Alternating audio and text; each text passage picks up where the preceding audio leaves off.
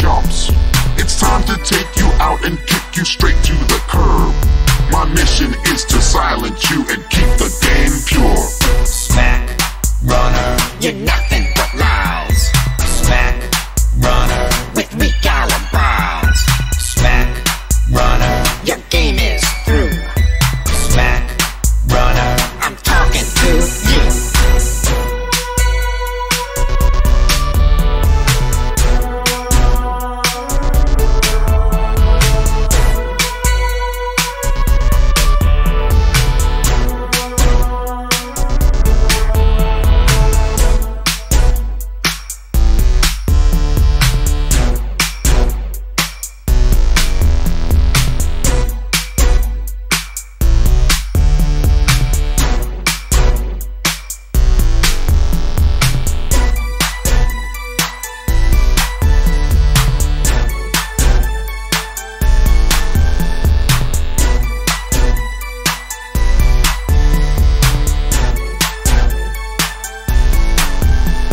Skills are weak and incomplete, it's really a joke to think you can't get over me without getting smoked. It's time to shut you down and expose your game. My mission is to take you down and level the playing. Smack, runner, you're nothing but lies. Smack, runner, with weak alibis. Smack, runner, your game is through. Smack, runner, I'm talking to you.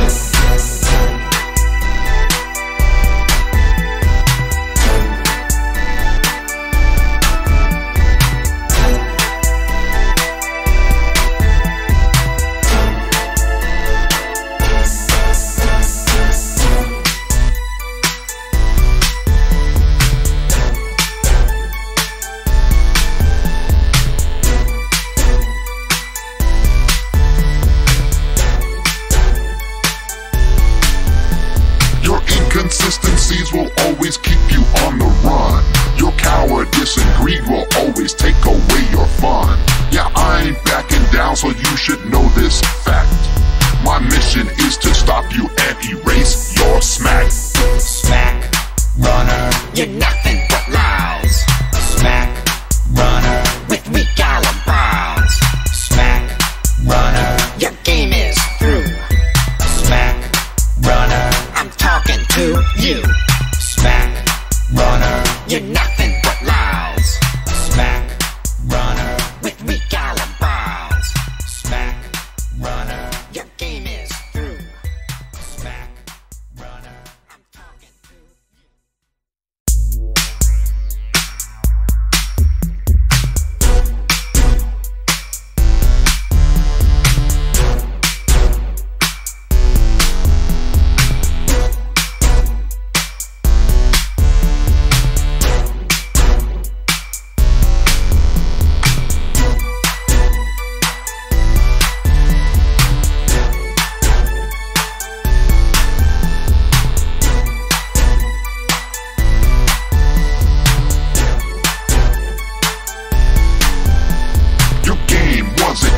Till I gave it a spark, and now you wanna try and kick me out of the park. Well, I ain't going quiet, I'm saying it loud. My mission is to stop you and completely shut you down. Smack, runner, you're nothing but lies.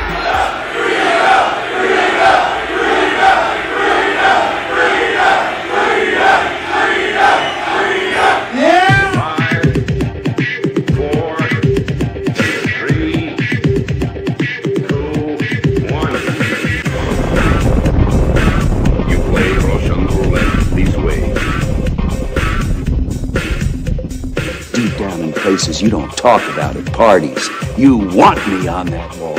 You need me on that wall. Keep that frequency clear. And now it's conspiracy. See, they've made that something that should not be even entertained for a minute. That powerful people might get together and have a plan.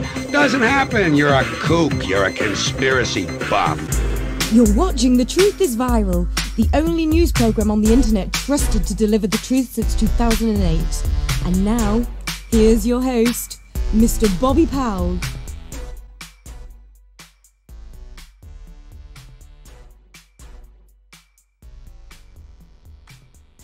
There we go. Welcome back to The Truth is Viral. My name is Bob Powell, and we have got a hell of a show for you tonight, folks.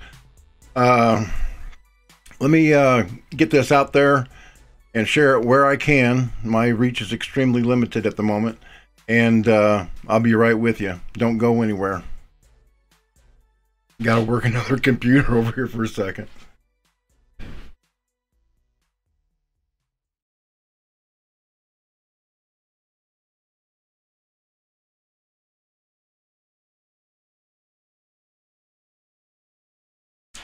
Okay, don't forget, it's Red Friday. That's right. Remember everybody deployed, all of our brave warriors in hostile lands. They're in harm's way. They fight so that we don't have to. And, folks, I'm here to tell you, we got a problem.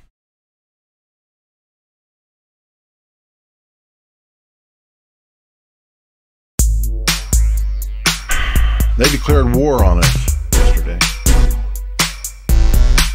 Facebook deleted over 800 pages, 800 sites, and 251 personal pages. Mine was one of them. I don't understand why I still have this page that I'm reading from right now. This is my business page. This is the Truth is Viral business page. They nuked my personal account, the one where I just interacted with friends and family, shared pictures of my kids and dinner and typical Facebook stuff.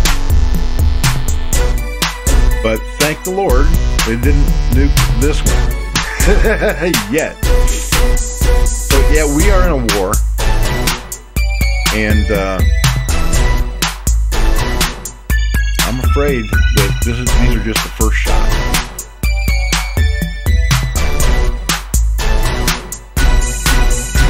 This is what you do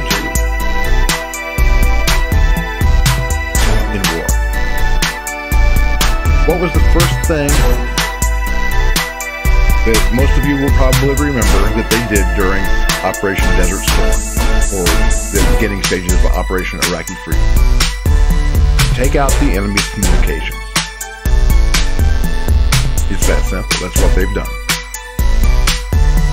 By silencing over 800 conservative and alternative media websites, voices that oppose the democratic madness that's been going on, they have shut off our communications effectively.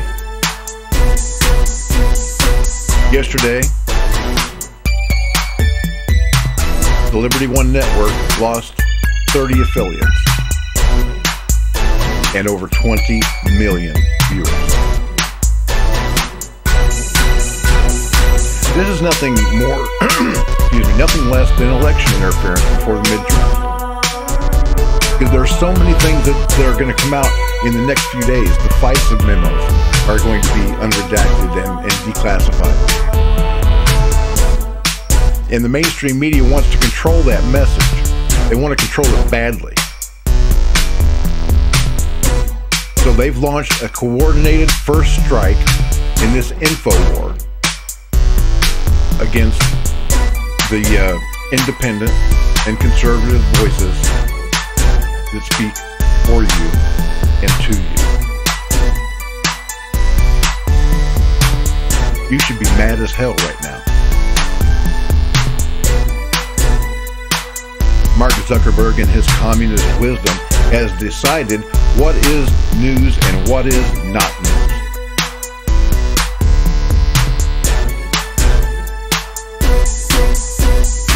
That's totally unsat.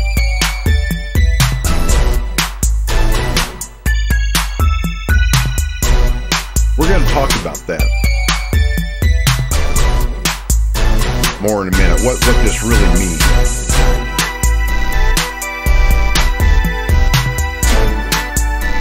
Now that we're getting the channels populated, I want to say hi to everybody on the Truth is Viral YouTube Live. and over on Pete Santilli's YouTube Live. I'm streaming there too. If something happens, if we get cut off midstream, and don't think that it might not happen, because it could. We have workarounds. Okay, so you need to go and subscribe to liberty1tv.com. Let me pull up that web page so that you are familiar with what it looks like. And of course, the URL is in the video description below.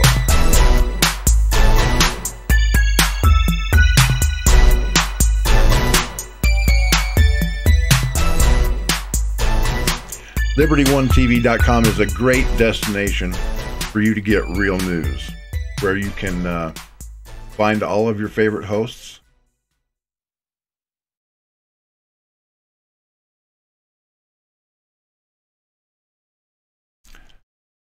like Jeremy Hansen, Jermaine Bozzio, Rob Carson, Wild Bill for America, Dominic Izzo, Lucretia Hutchins, Lee Conover. You can get reports from Intellectual Frog Legs, Liz Crokin, Blue Collar Logic, Laura Loomer. Big Sarge is over there. So is Mr. Brutally Honest. And of course, my brother from another mother, Peter T. Santilli. The scariest man in alternative media.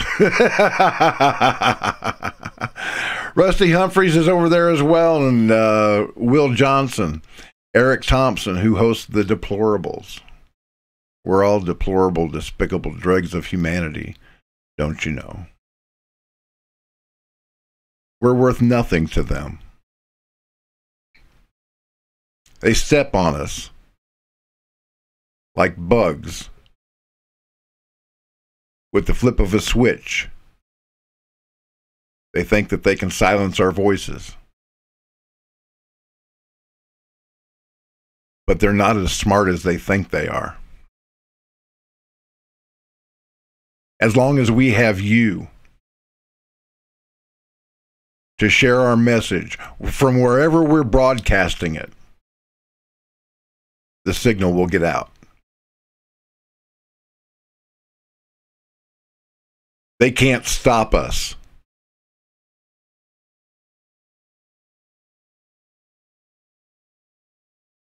They went to college in their little bubbles, afraid of words.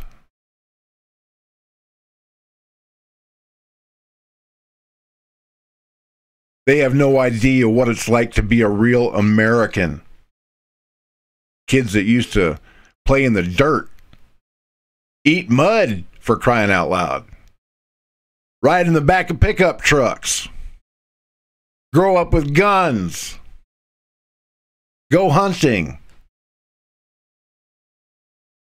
I remember when I was a kid, we'd go to class with a hunting rifle and a rack on the back of our truck, and instead of everybody freaking the hell out, the principal would come out and say, "Hey, what kind of gun you got there?" And we'd compare rifles.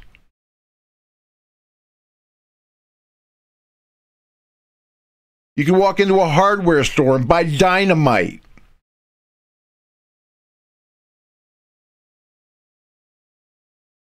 There were no bombings then. No school shootings. None of that garbage happened until the liberals started to take power in the late 1960s. When people like Bill Clinton and Hillary Clinton and their filthy, disgusting, demonic ilk graduated from college and got into the workforce, got into politics, taking God out of school, promoting agendas that conflict with everything that it is to be a moral, honest human being.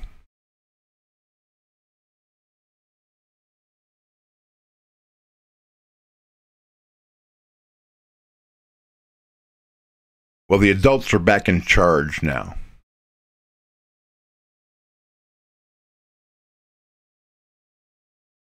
For too long,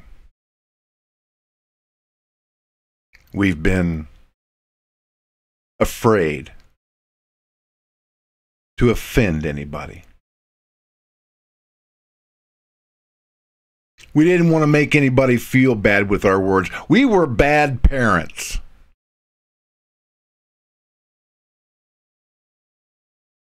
Well, now, time for a little discipline.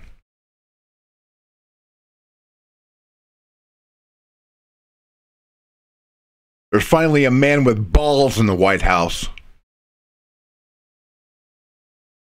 The balls to take on the deep state, be they Republican or Democrat. Those that have sold our country out in order to line their own pockets.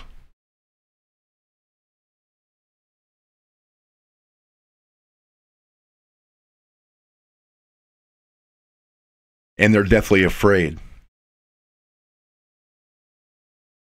He's already confirmed 2 Supreme Court justices, and Ruth Bader Ginsburg has one foot on a banana peel and the other foot in the grave. They want to continue murdering children in the womb. That's where they get their power.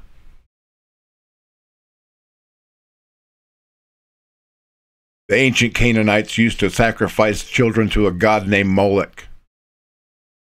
And a statue of that same god is erected in Bohemian Grove. Alex Jones exposed that years ago. The blood of 60 million children.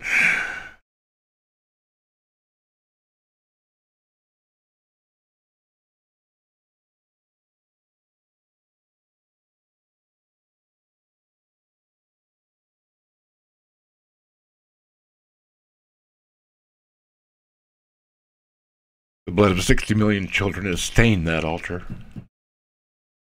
and given them power.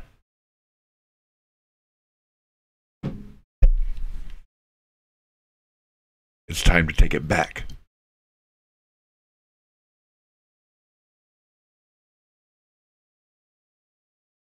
And they're not going to give it back to us either.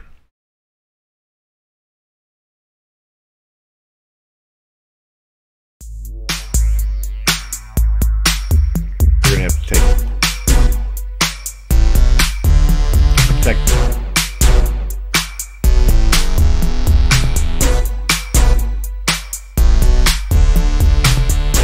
We are at war. Make no mistake about it. These people are violent,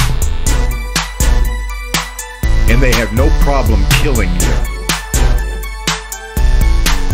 in order to institute their communist utopia.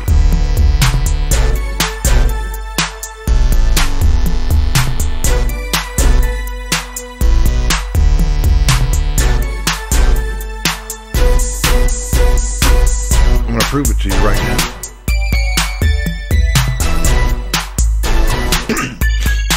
I'm going to show you the top Democrat in this country calling for violence over policy.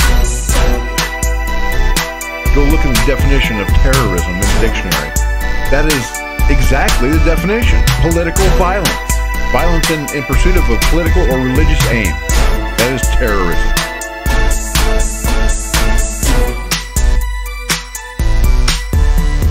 And they're committing it right now. You need to watch this. If you see anybody from that cabinet in a restaurant, in a department store, at a gasoline station, you get out and you create a crowd. And you push back on them. And you tell them they're not welcome. The people are going to turn on them. They're going to protest. They're going to absolutely harass them until they decide that they're going to tell the president, no, I can't hang with you.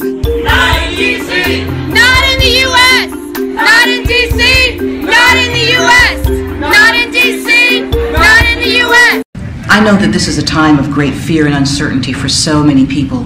I know it's a time of concern for people who see our rights being assailed being trampled on, and even being rolled back. I know that this is difficult, but I remind you that this has never been easy. We have always had to work to move this country forward to achieve the great ideals of our founding fathers. And it has been people, individuals who have banded together, ordinary people who simply saw what needed to be done and came together and supported those ideals, who have made the difference. They've marched, they've bled. Yes, some of them have died. This is hard. Every good thing is. We have done this before, we can do this again. They have used the power that they have gotten for all the wrong things. They want to keep themselves in power. They want to cater to the special interests. It is time for us as Democrats to be as tough as they are, to be as dedicated as they are, to be as committed as they are. Michelle always says, Michelle Obama, I love her, you know, she and my wife like really tight, which always scares me and Barack. But Michelle always says that, you know, when they go low, we go high. No, no. When they go low, we kick them.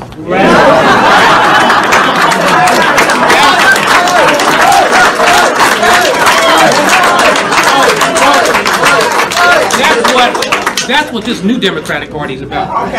We're proud as hell to be Democrats. We're willing to fight for the ideals of the Democratic Party. We're proud of our history, we're proud of our present, and we're proud of the future that we can create for this country. And we're not in this just to make a statement.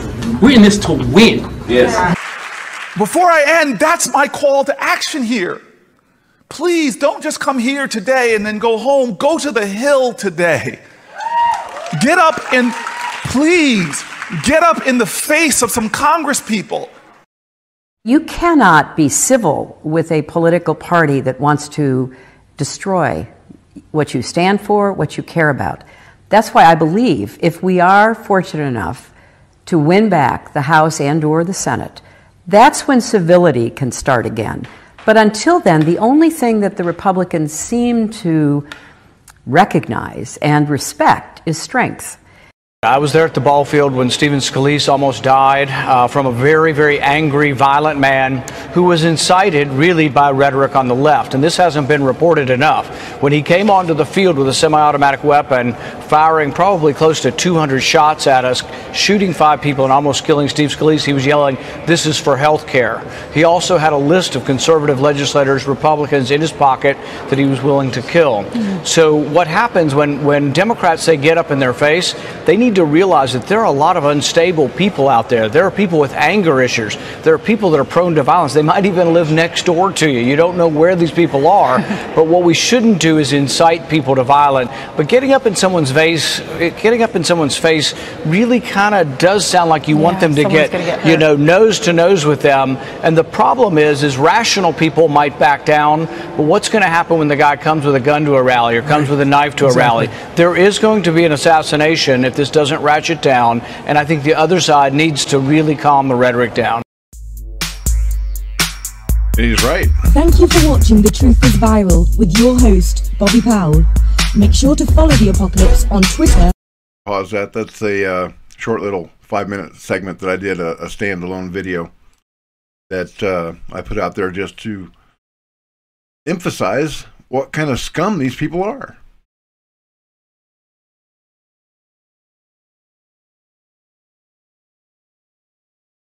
You know,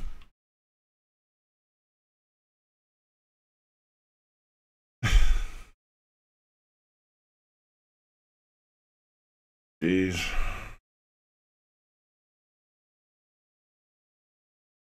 If I was 16 years old again in the United States Marine Corps, yeah, I was 16 when I joined the Marine Corps. I graduated from high school when I was 14. I was a nerd. And because I was a nerd, I got picked on a lot, right? So I figured what better way of not being a nerd and not getting picked on than joining the Marine Corps. And besides, my brother looked really good in his dress blues, so I just had to do it. But H.L. Mencken wrote that at times A normal man must be tempted to hoist the black flag and start slitting throats.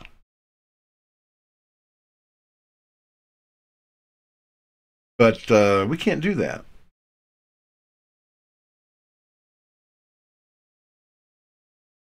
As a 16-year-old fire pisser, I can do that.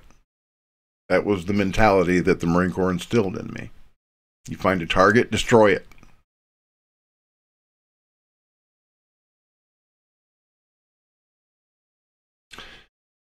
I've spent 40 years trying to tame that beast, and I've been largely successful. And I've grown in my Christian faith, which tells me that we're not to use offensive violence. Defensive violence is perfectly okay. Matter of fact, the Bible requires us to defend our neighbors and our family from an attack. Offensive violence is bad, though. And as a student of Sun Tzu, I always like to prepare the battlefield, select the battlefield, make them come to me.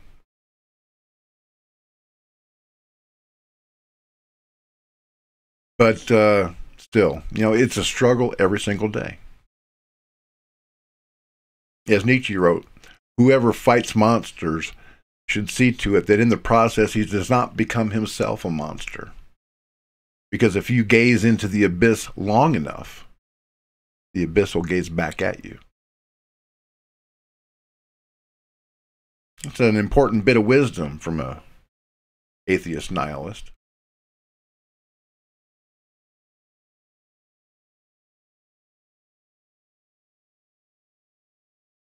But it doesn't mean we have to sit down and roll over and play dead, There are a lot of things that we can do before we have to resort to martial violence. And we're doing it right now.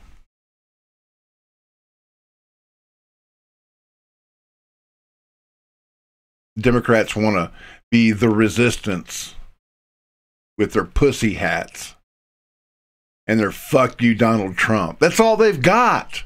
Foul language and tantrums. They can't compete in the marketplace of ideas.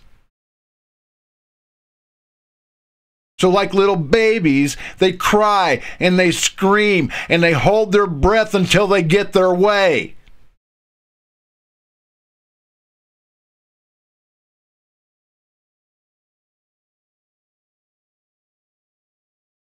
And right now they're hiding the keys to the car with this purge of conservative and alternate media websites.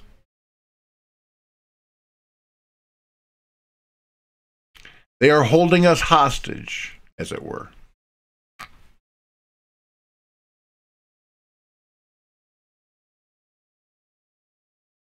But like I said, the adults are back in charge.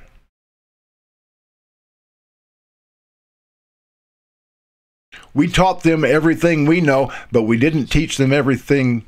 No, we taught them everything they know, but we didn't teach them everything we know. They've got a lot to learn. Like these Antifa assholes. These fat, sodden basement dwellers think that they're going to start some kind of a second civil war. Let me tell you something about the dildo and bong brigade. If it ever comes to that, it's going to be a bloodbath. And they're going to be on the losing end.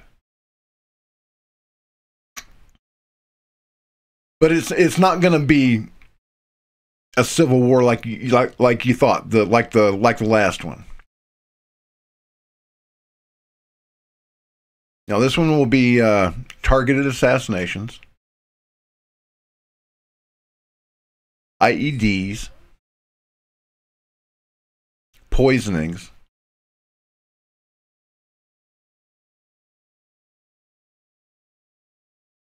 chemical weapons, arson,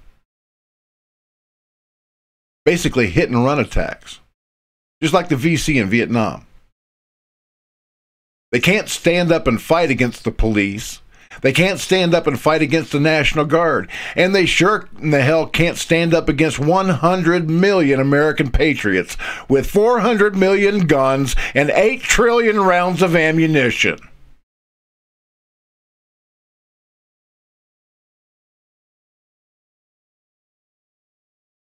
These children need to get spanked.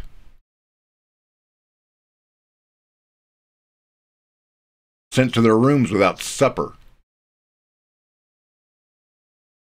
before they get hurt.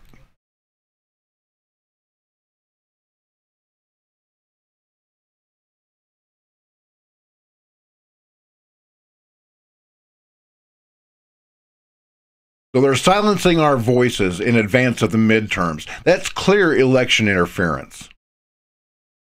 They only want you to hear what they want you to hear. The lying mainstream media.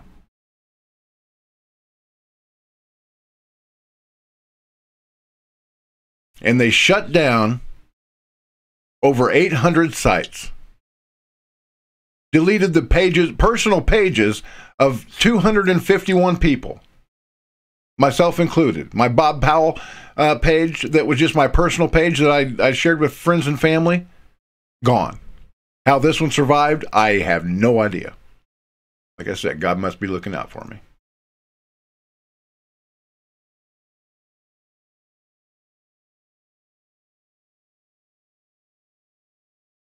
But 800 political pages, including those with millions of subscribers. Liberty One had 20 million. And add all these up, there could be 50 million people that are doing without real news, thanks to Mark Zuckerberg and George Soros and the deep state.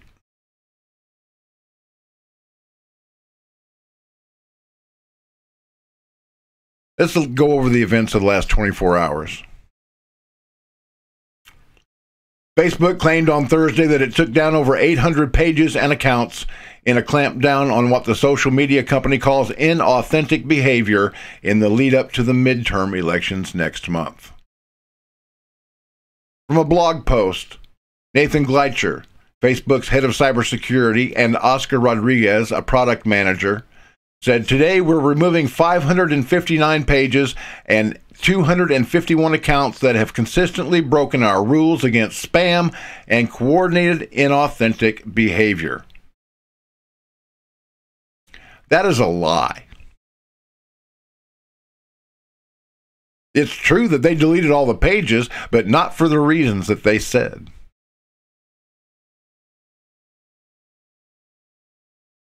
I shared The Truth is Viral to all the groups I belong to. I'm allowed to do that. But I didn't hire any bots to give me likes or to do any sharing for me. I shared my information to the groups I belong to. That's completely within Facebook rules. And nobody else that I know of in the alternative media was doing anything different. Mike Adams, the health ranger, lost, not only is shadow banned on Facebook, but he's lost his YouTube channel. He talks about health and nutrition, for crying out loud. But that's another thing that they don't want you to know about.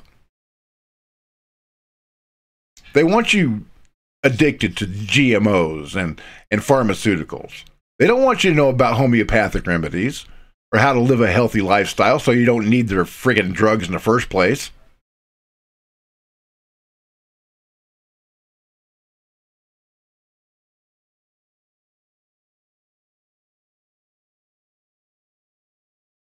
They just don't care about you.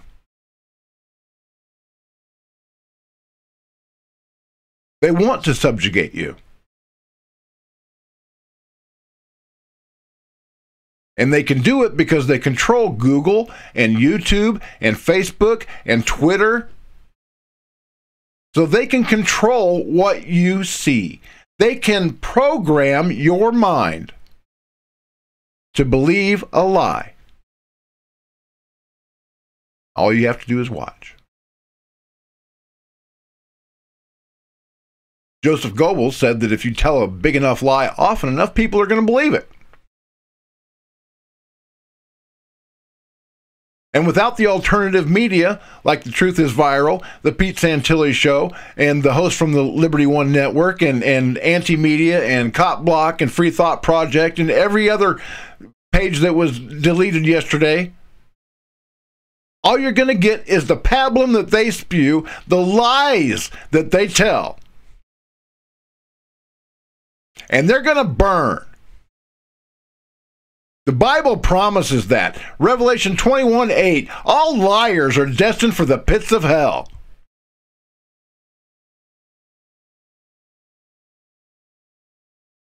They don't care. They've already sold their souls to the devil.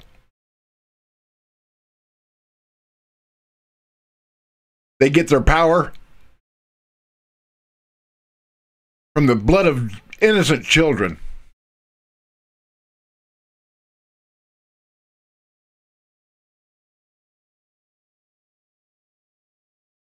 They hold on to it with violence and intimidation.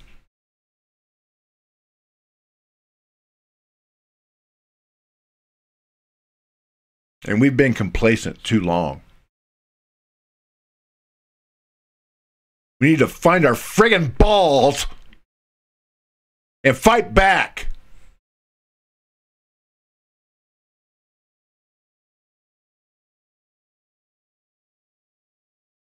You are part of the army now. Whether you like it or not, you've been enlisted. You've been conscripted. If you value your freedom, if you value the freedom of your family, if you want your children to grow up in a free country where they can make their own decisions and determine the course of their own lives, you need to stand up now and do something.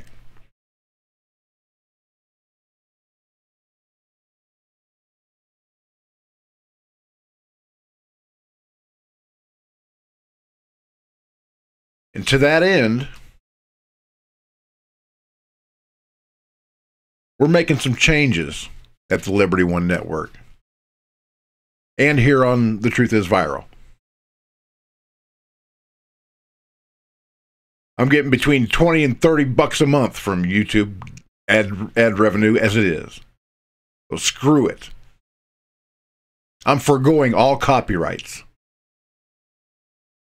If you want to download and re-upload an episode of The Truth is Viral, it's yours. Do it.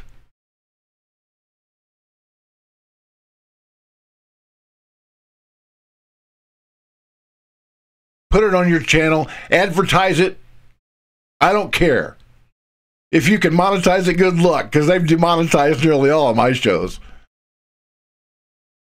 474 videos, and I'm getting $34 a month. Give me a friggin' break.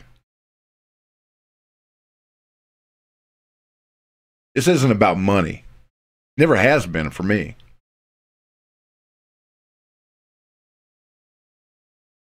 I'm here to bring the truth to people, something that I wasn't allowed to do when I was a mainstream media journalist.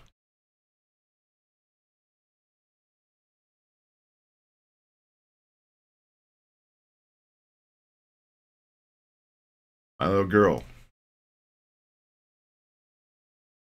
Ashley.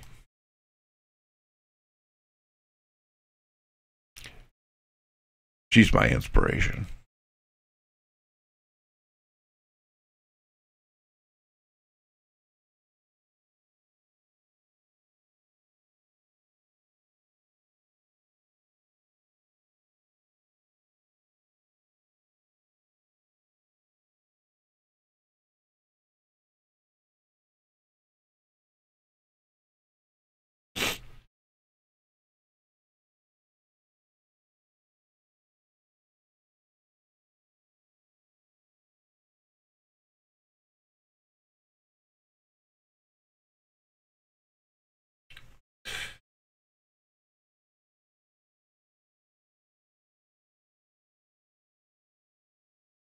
She'd lived with her mother all of her life.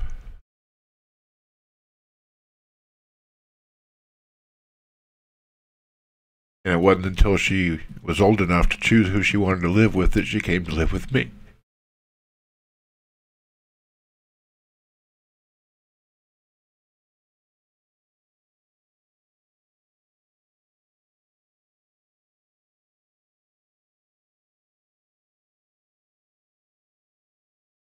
I tried a few times.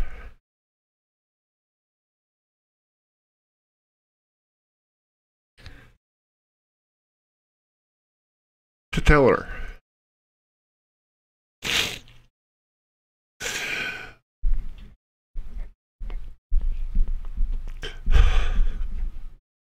I'm so sorry, baby.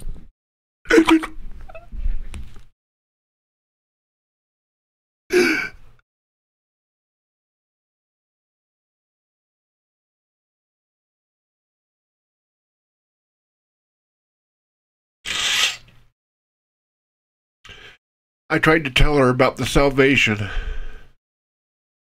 that's freely available from Jesus Christ. Just for the asking.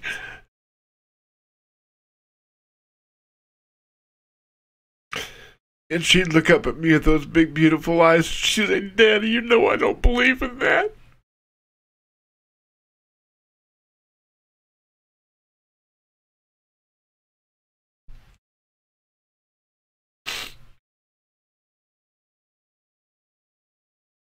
I thought we had forever.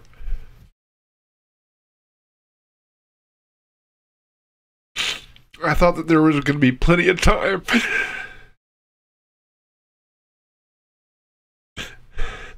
to tell her, to save her. But I was so wrong.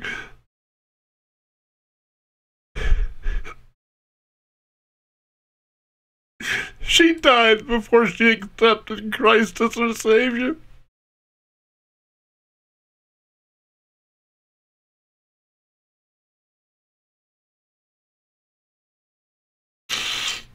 One day she was here, the next day a heart attack later, and she's gone. And I never told her. And I've got to live with that guilt for the rest of my life.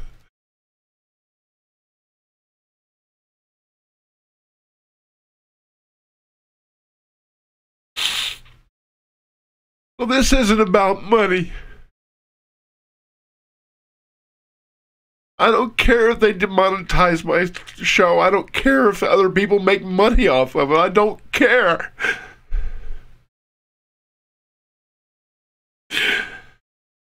People deserve to know the truth.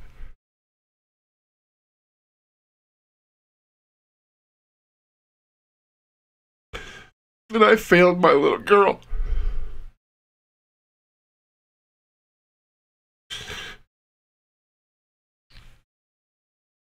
When I brought her ashes back from South Carolina,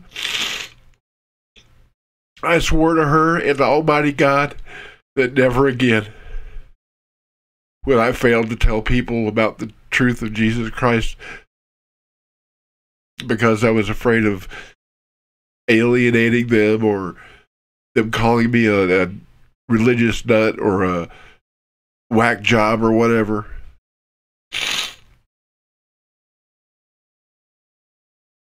So I'm telling you the truth for my daughter.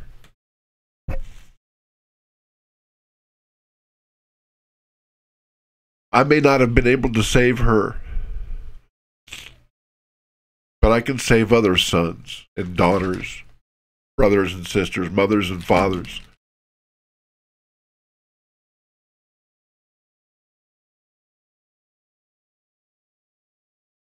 That's why my motto is saving lives and winning souls for Jesus Christ, because of that little girl right there.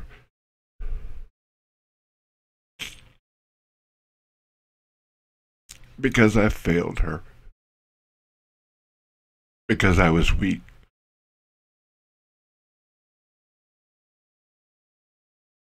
I'll never do it again.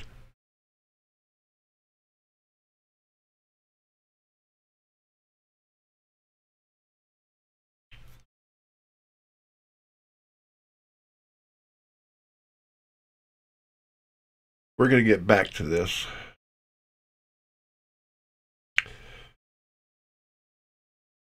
I'm not going to stop broadcasting tonight until I've done everything I came to do. Usually the shows last only an hour. Well, this one's going to be a marathon.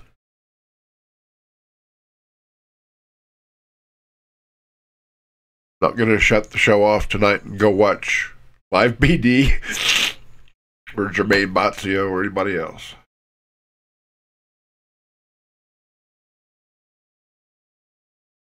Because we're going to war. And they picked the wrong enemy.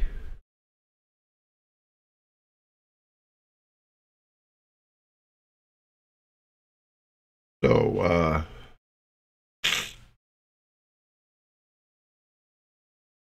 allow me to compose myself while you watch this commercial for Silver Bullet Gun Oil. I'll be right back. I'm Pete Santilli, and you're watching The Truth is Viral. Do not click away. We'll be back with more in just a moment.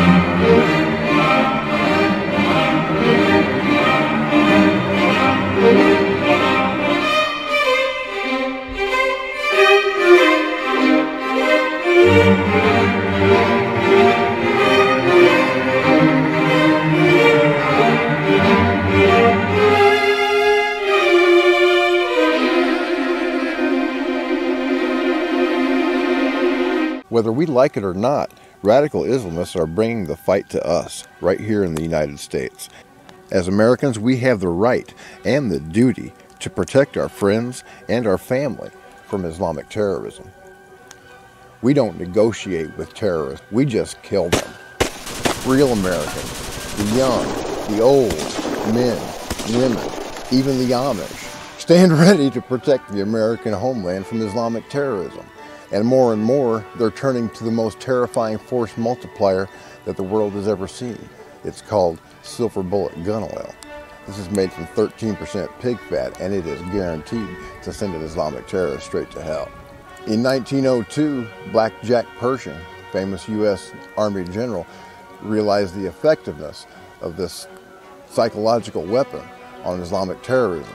He rounded up 50 Islamic terrorists, and he tied 49 of them to stakes. And as they stood there awaiting their death, he brought in a few pigs and put them in slaughtered them in a pit in front of these hostages. Boy, they were terrified, and then they got shot, every single one of them. They were buried in the pit and covered with the pig's entrails. The 50th terrorist was let go so that he could go tell the rest of his buddies what he'd seen. And for the next 42 years, there was not a single incident of Islamic terrorism anywhere in the world. That is how effective this weapon is. Since 2004, Silver Bullet Gun Oil has been used by members of the United States Marine Infantry, Marine Recon, U.S. Marine Scout Snipers, Navy SEALs, regular Army, Army Rangers, Green Berets, Reserve, and National Guard units deployed or being deployed to the Middle East Theater of Operations. Silver Bullet Gun Oil is used by M1 Abrams tank platoons. Apache and Cobra gunships use Silver Bullet in their miniguns. Many of Allah's holy warriors have been greatly disappointed upon realizing that they did not pass go and they did not collect 72 virgins. A number of air marshals use Silver Bullet Gun Oil in their in-flight weaponry. It's been distributed to members of police tactical teams throughout the United States from coast to coast, including members of my local law enforcement community. Oh yeah, buddy. I count on them to protect me from these Islamic terrorists. I can't keep my head on a swivel 24 hours a day. So, yeah, They're the first ones that I gave a bottle of silver bullet gun oil to. The psychological impact of silver bullet gun oil might very well prevent many attacks on American citizens in the U.S. Islamic terrorists don't care about dying, folks. In fact, they welcome the idea. So we have to take that incentive away from them by guaranteeing them an afterlife in hell. Yes, folks, silver bullet gun oil is actually a very good product. I use it myself. And what amazed me is that last year, we have a hunting camp every year. And a bunch of us get together and go out there and shoot guns, blow stuff up. We have a real good time. Of course, we use tannerite. It's legal. Okay. But when everybody else's gun was jamming, because it was -2 degrees below zero, my silver bullet gun oil worked fine. To order your bottle of silver bullet gun oil, send a check or money order for $24.95 to Post Office Box 91, Alpena, Michigan 49707. Or you can use a credit card at www.paypalme/thetruthisviral. Yeah, if you could buy a bottle of that silver bullet gun oil, it sure would help me out. If you don't need any gun oil, you can always contribute to my mission of saving lives and winning souls for Jesus Christ by going to bobpowell.blogspot.com and hitting that PayPal button. The link to that and the direct PayPal link, paypal.me/thetruthisviral, is in the video description below. One of the viewers over in the Truth is Viral chat room said that the story about General Pershing had long been debunked. Well, that's not true. I am somewhat of a military historian. Matter of fact, as I told him earlier, he asked if I was an expert in political violence in America, and I said, no, I'm not an expert on anything. I'm just a jack of all trades. I know a lot about a lot of subjects, but I wouldn't call myself an expert in anything. But I am a pretty good military historian. And during the Moro Rebellion in the Philippines, General Pershing did indeed use pig's blood to terrorize terrorists. And that's that. No matter what the fake news or revisionist historians try to tell you, General Pershing was a badass.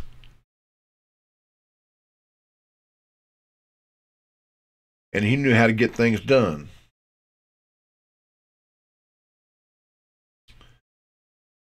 So, let's continue with the subject at hand, this purge of truth-telling media.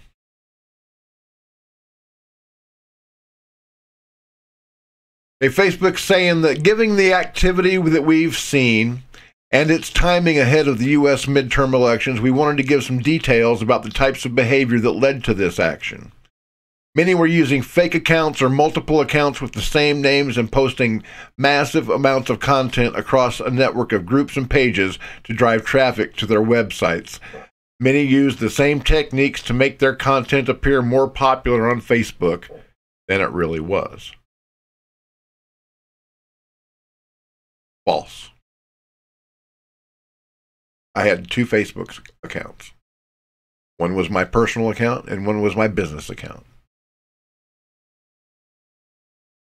I never used any multiple names. Nobody that I know in the alternative media was using multiple names. So that's just a lie. Today, sensational political content seems to be a way more effective than use of traditional celebrity gossip or other content for people to build an audience for their pages and drive traffic to their websites, which earn them money for every visitor to their site. Well, as I said, I've received about $30 worth of income from Google AdSense, which controls both bobpowell.blogspot.com and YouTube. Our traffic ended up on Facebook. We didn't drive it to other sites. Yes, we're now starting to archive all of our shows on LibertyOneTV.com. But all of our traffic originated and ended on Facebook. If anybody was making money, it was them, because I haven't seen a single red freaking cent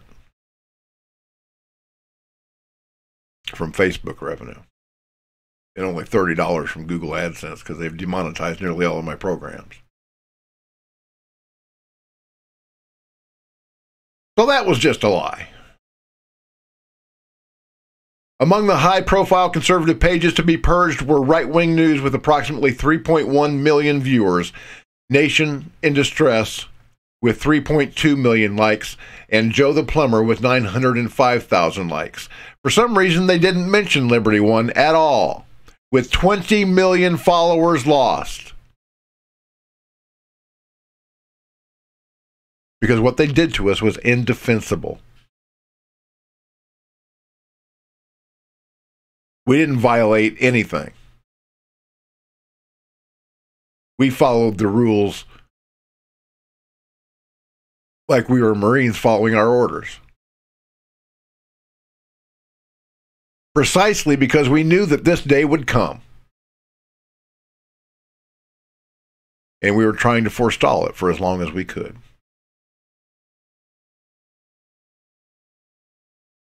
To placate us, those of us on the right and in alternate media, the New York Times also reported that the social media giant planned to take down the anti-Trump resistance page with 240,000 followers, but at the time of publication here on westernjournal.com, that page was still active. The Times' lengthy piece titled "Made and Distributed in America, Online Disinformation," featuring a screenshot of right-wing news Facebook page, obviously before it was taken down, appeared to be particularly well-timed to capitalize on Facebook's crackdown. Here's that article in the New York Times. Facebook tackles rising threat. Americans aping Russian schemes to deceive.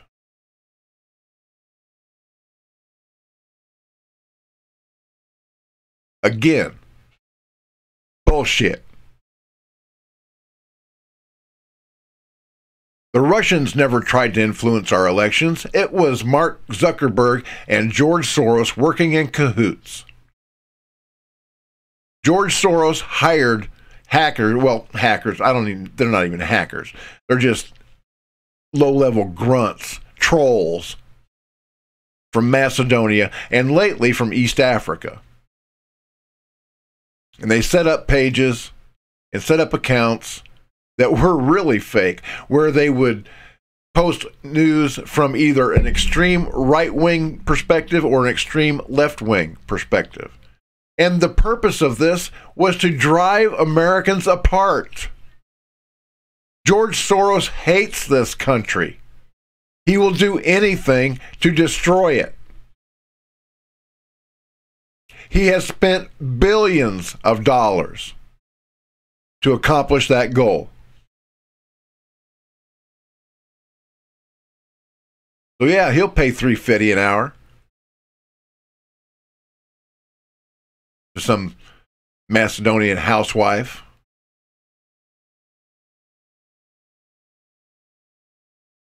Or a Liberian sheep herder with internet access.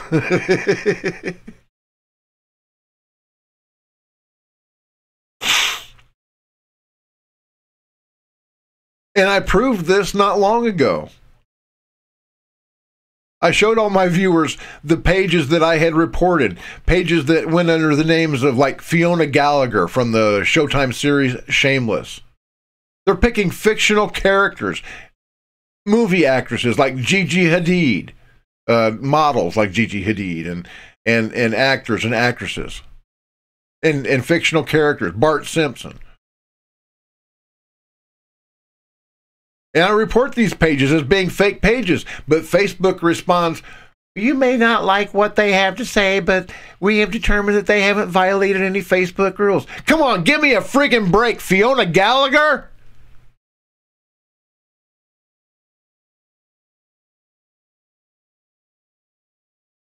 with a picture of the actress and everything. So Facebook has been protecting these people all along, taking money from George Soros to do it.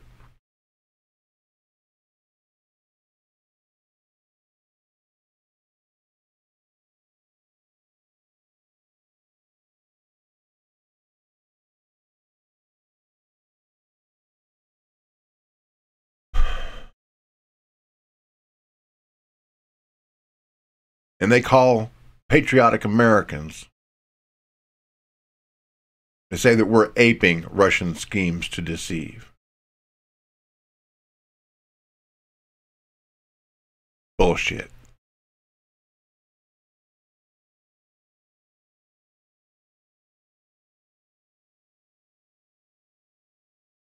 The article starts, when Christine Blasey Ford testified before Congress last month about Justice Brett Kavanaugh's alleged sexual assault, a website called Right Wing News sprang into action on Facebook.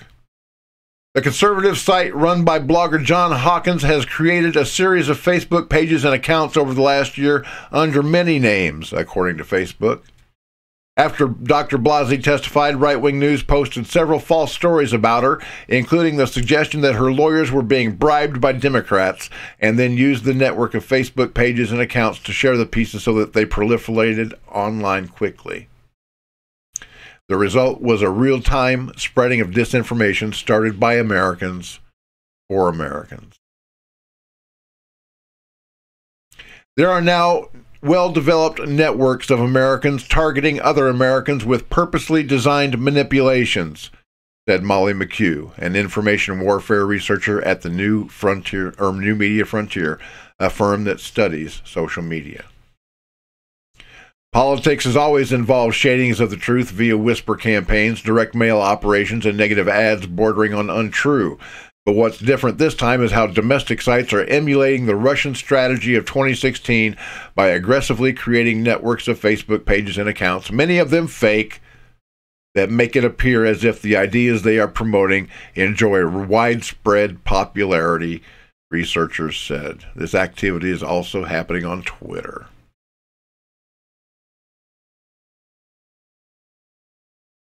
Bullshit. That's the only thing that I can think of to say about it. Let's go down to this tweet by Michelle Malkin.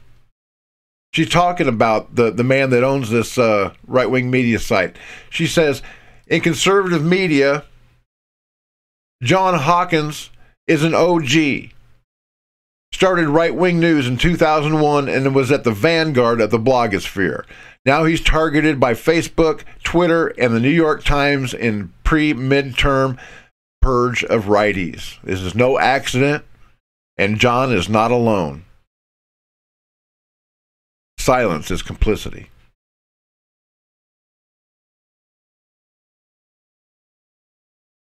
That's Michelle Malkin. Pretty sure everybody is aware that she's not a Russian bot.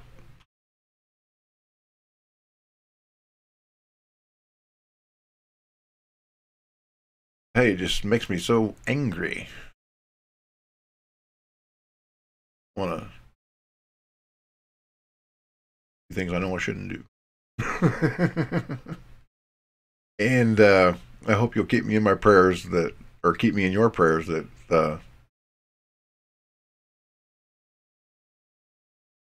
God will ease my troubled mind. Because the Marine in me just wants to raise the black flag.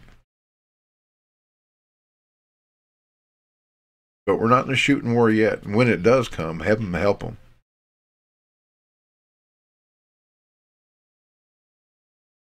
Like I said, you won't see armies lining up in a field this time. It's going to be a street fight. Ambushes.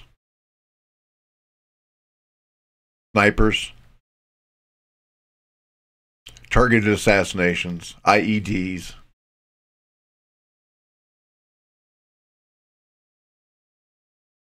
And major unrest in the larger cities. I believe that there's a red tsunami coming.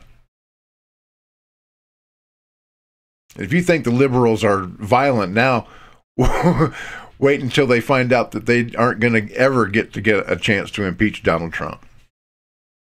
That they won't get control of the House or the Senate. And they're totally screwed. Just like little babies, they're going to start whining even worse. Throwing their tantrums. But since they're adult babies, they'll be able to hurt you. And as you saw earlier in the show, exactly what they want to do.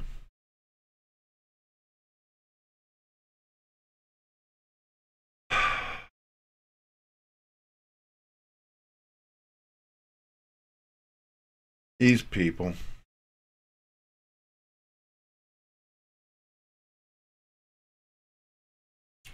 But they're making a mistake.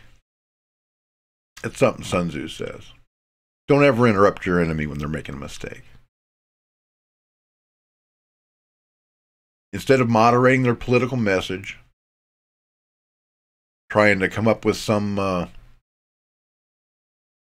compromise with the right, they've decided to double down. Go balls to the wall with a full-blown communist insurgency. People are traitors. I think it was Dante that said that traitors go to the ninth circle of hell. That's a pretty hot circle. It doesn't make any difference whether you believe in Dante or the Bible. Either way, they're going to hell. And we have to count on that. I've gotten used to the idea that I may never see justice in my lifetime. I may never see Hillary Clinton behind bars, or John Podesta, or Valerie Jarrett, or Barack Obama, any of these other scumbags that you know betrayed our country. They purposely sowed racial division in this country where racism was almost dead. They elevate Black Lives Matter, bring them into the Oval Office. Obama says, you're doing a great job out there. Meanwhile, the job that they're doing out there is calling for the murders of police officers. The destruction of our history when they take down Confederate statues, many of which are grave markers.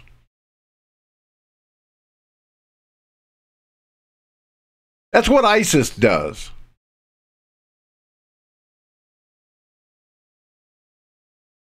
You know, they say that those that don't learn from history are doomed to repeat it. How are you supposed to learn from history if they erase it like it never happened?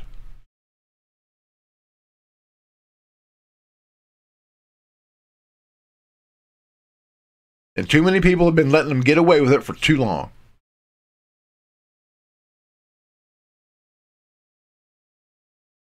It's time we stood up and showed them who's boss. These spoiled children are no longer going to get their way just because they whine and cry and throw little hissy fits. Oh, you're hurting my feelings. I'm a man that wants to be a woman. I'm a woman that wants to be a man. I don't know. I don't know which bathroom to use.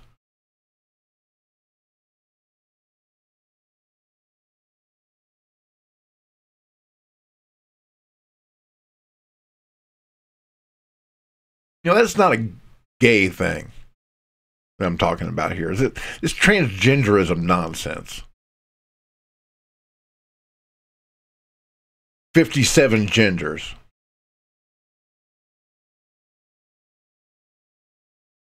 I've got a nursing degree too. That's another thing. In addition to my broadcasting degree, when I was in an accident and was no longer able to speak properly, I thought, well, hey, I'll go to college and learn how to be a nurse. I'd spent a lot of time in a medical environment due to my injury, and I still wanted to help people, so I figured I'd do that. So I went and got a nursing degree. And I got my nursing degree, and I figured, well, hey, if I can do that, I can be a doctor.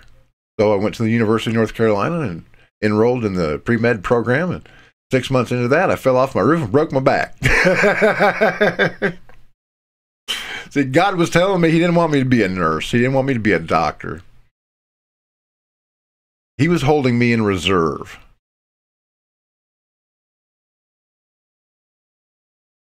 He cut my career as a mainstream media journalist short so that I wouldn't become another talking head, so that I wouldn't become jaded, so that I wouldn't become seduced by the dark side and be tempted to lie to your face every fucking night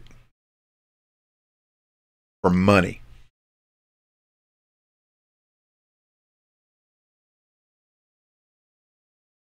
I didn't realize it at the time, but God was saving me for this battle.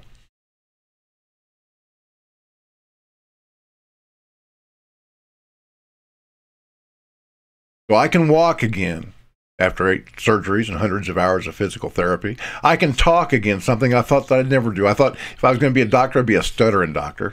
I still have some, every now and then I get a little lingering bit of aphasia, but I think I can convey my point pretty clearly these days. But God was saving me for now, this time, this place, this battle, to bring the truth to those that desperately need to hear it.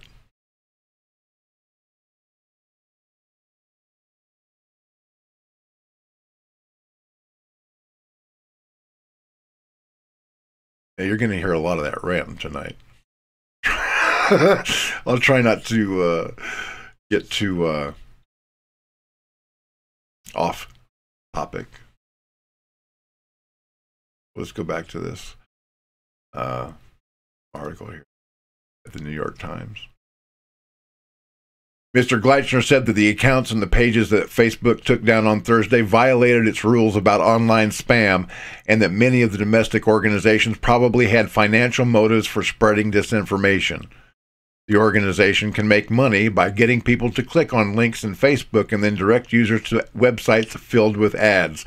Once someone visits the ad-filled website, those clicks mean more ad revenue.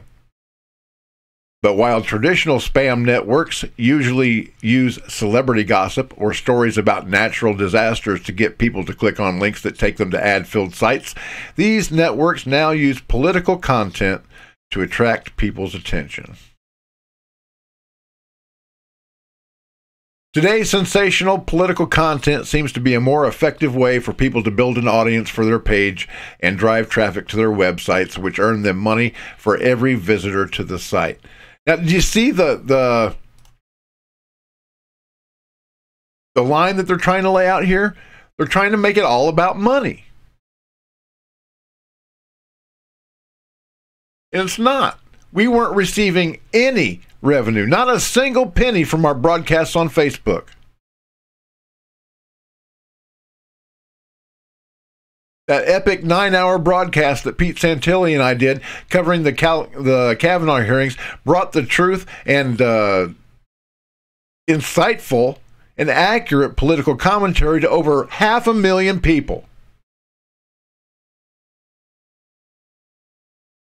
Didn't get paid a cent.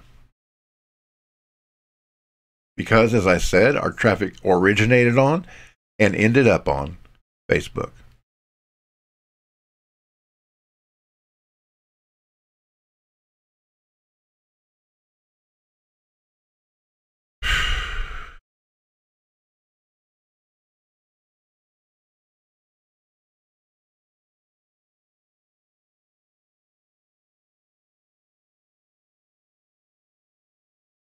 There was something else I wanted to show you in this New York Times article. Where is it?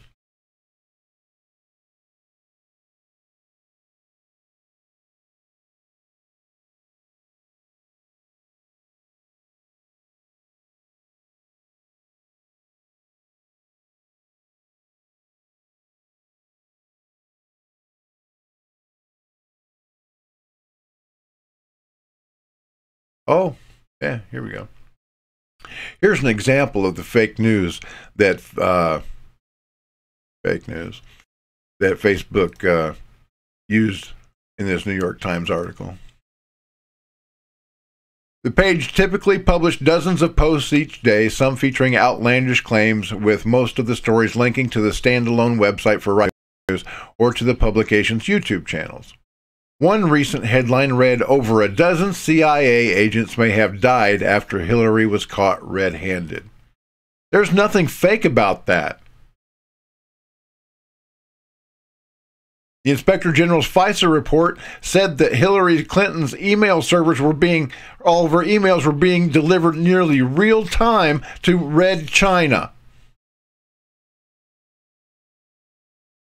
And as a result, about 24 CIA operatives were murdered by the Chinese. There's nothing fake about that. You can Google it and find it in mainstream media publications. But in this New York Times article, they call it fake news, which is why the New York Times is fake news.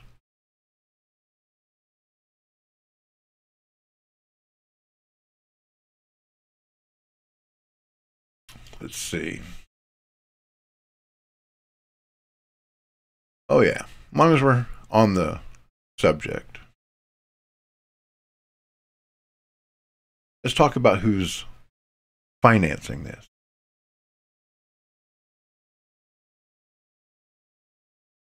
George Soros. This article by Dr. Rich Schweier, he enumerates 187 different organizations directly funded by George Soros that are taking part in this so-called resistance. And you should go find this article at drrichschweier.com. And it will give you a great insight into what George Soros does with his money, where he sends it, and what their little missions are. Their little corrupt, anti-American, subversive missions. Like his Open Societies Foundation and Open Society Institute. They both finance all kinds of liberal causes. Those two women that accosted Senator Jeff Flake in the elevator in Congress last week before the Kavanaugh vote. They're both activists for George Soros Open Society Foundation. They're not rape survivors. They were literally paid demonstrators. But if you go through this list, you find things like open borders groups that seek comprehensive immigration reform that favors a robust agenda in favor of amnesty for illegal aliens.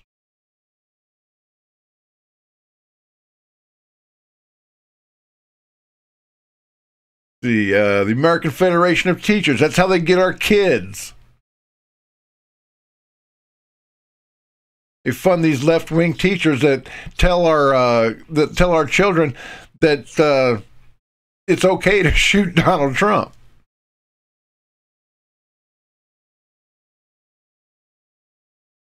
The Arab American Institute. They denounced the widespread civil liberty violations directed at Arab Americans in the post-9/11 period and characterizes Israel as a brutal oppressor of the Palestinian people. Where were these people after 9/11? I don't remember any Arab American backlash. The only story that I remember in post 9/11 was a Sikh was mistaken for an Arab and he was attacked. I think it was in Arizona or Nevada, someplace like that. There generally was no backlash against Arab Americans after 9/11. Because honest, rational people don't go blaming people for the actions of others.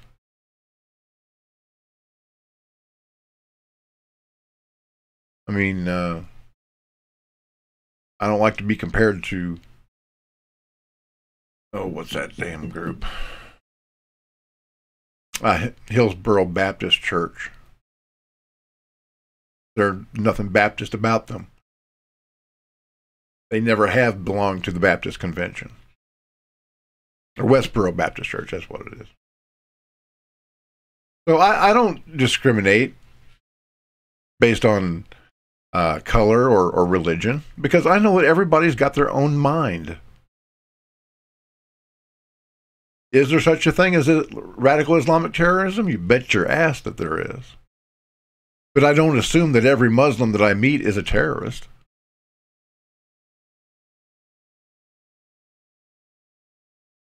But this George Soros Foundation funds all kinds of propaganda networks and institutes and strategy centers and defense committees, immigration committees. Let's see. We got the Campaign for America's Future, which supports tax hikes, socialized medicine, and a dramatic expansion of social welfare programs. Let me tell you something, folks. I know what it's like to fall through the cracks. When I was injured, there were times when we didn't have a pot to piss in. So we took advantage of welfare programs. But you want to know how you get off of them? By picking yourself up off your ass and becoming a man or a woman. Women can be strong too. And doing what you need to do to take care of your family. Can't just sit back and suck off the government tit for the rest of your life.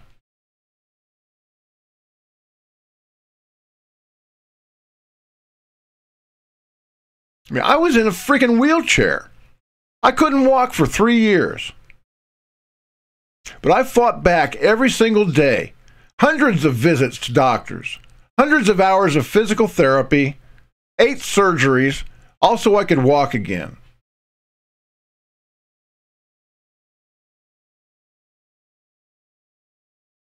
It had also been taken away from me. Can you imagine a more horrible fate for a journalist not being able to read, write, or speak? It was tough, but I did it. You don't lose until you quit. And that's what these kids today don't seem to understand, because they're getting participation trophies.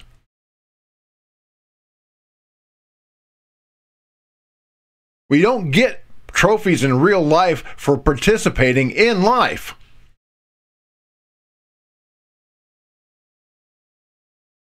If you don't grow up and grow a sack, this world is going to eat you alive.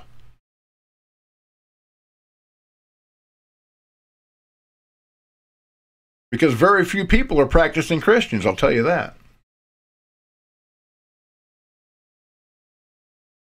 And they only care about themselves. Not everybody, but too many.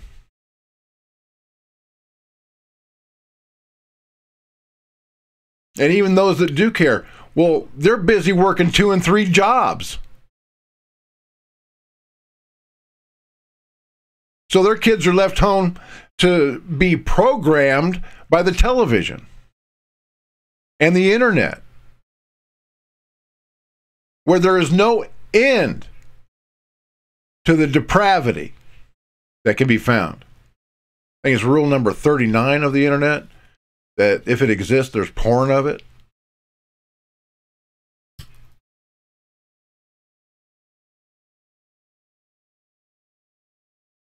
It's just disgusting.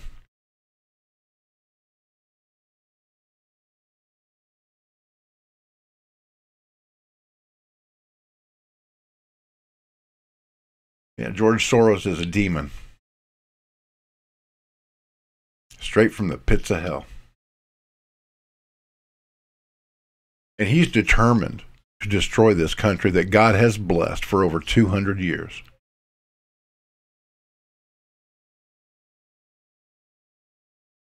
And as a society, we are gambling our futures by allowing this demonic garbage to continue. By allowing children to be sacrificed. My God, do you realize that 60% of African American children that are conceived never make it out of the womb? That was planned by Hillary Clinton's hero, Margaret Sanger, who said that black people are like weeds that need to be exterminated. And the liberal left is all for it. They want abortion right up to birth.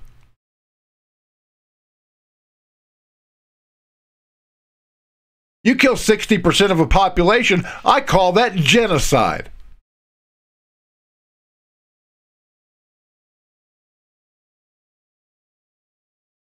But it's very rare that you'll find a black Democrat that'll speak out against it. Matter of fact, I don't think any black Democrat will speak out against it. You'll find a black conservative that'll speak out against it, but the Democrats want to murder their own children.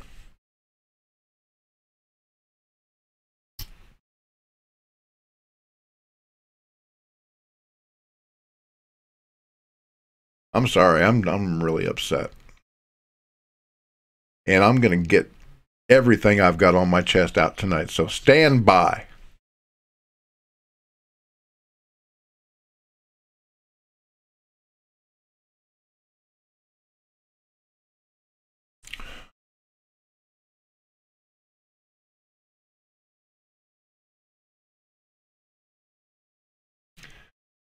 They want us weak.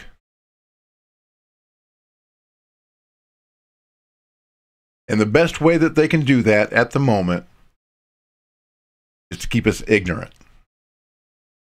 by not allowing us access to the truth.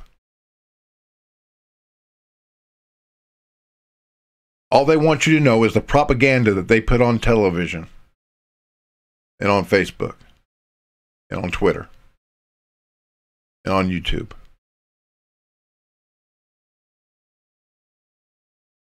I did a show several weeks ago on Facebook. It was very popular. 152,000 live viewers. Guess how many viewers it got on YouTube? 148.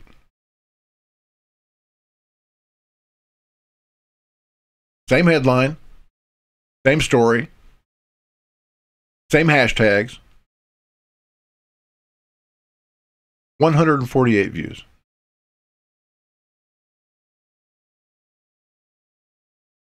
You know what I use Twitter for these days? To remind myself of stories that I'd like to talk about. Because nobody sees anything that I put out there.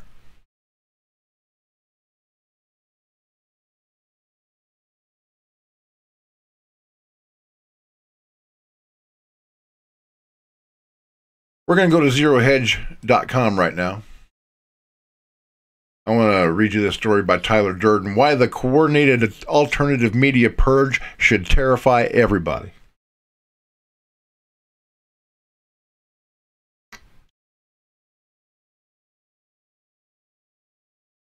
So that starts out yesterday. The alternative media purge was boldly advanced in a coordinated effort to silence people who dissent from establishment views. It's just one more step along towards a monopoly of information by those who hate freedom. At this rate, they will soon have unquestioned access to the minds of more than 2 billion people. And this should terrify everyone who wants to be free to question the status quo and seek a wide range of information. Hundreds of alternative media website administrators logged onto Facebook to discover that their accounts had been removed. Soon after, many of these sites and their writers found that their Twitter accounts had also been suspended. Popular pages like Anti-Media, 2.1 million fans. The Free Thought Project with 3.1 million fans. Press for Truth with 350,000 fans. Police the Police with 1.9 million. Cop Block, 1.7 million. And Punk Rock Libertarians, had never heard of them, with 125,000 are just a few of the ones which were unpublished. Why were these alternative media accounts removed? The reason given doesn't really add up. Facebook told the LA Times that these pages had violated the company's spam policies. Today, we're removing 559 pages and 251 accounts that have consistently broken our rules against spam and coordinated inauthentic behavior, the company said in a blog post. People will only share on Facebook if they feel safe and trust the connections that they make here. But that's not actually what the spam policy says. Here's the policy. We work hard to limit the spread of commercial spam to prevent false advertising, fraud, and security breaches, all of which detract from people's ability to share and connect. We do not allow people to use misleading or inaccurate information to collect likes, followers, or shares. Who are they to determine what is false or misleading? I've got a degree in journalism. I know what the hell I'm doing. I go to my sources. And I tell you who those sources are. On Wednesday night's show, I brought you an interview with General Jack Bergman, who is my representative here in the 1st District of Michigan. That's not fake news. It's not inaccurate information. General Bergman demanded that the names of 264 sexual predators in Congress be released. Since 1997, $17 million of your tax money has been spent to pay off victims of sexual predators in Congress. 264 separate awards. And General Jack Bergman wants to bring the pain to those perverts and get them booted out of Congress. It's not fake news. But the deep state doesn't want you to hear it.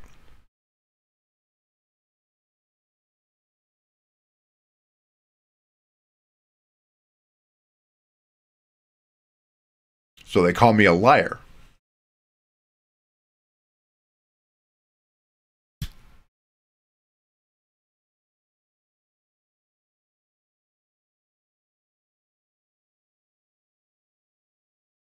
And in the process, lie to you.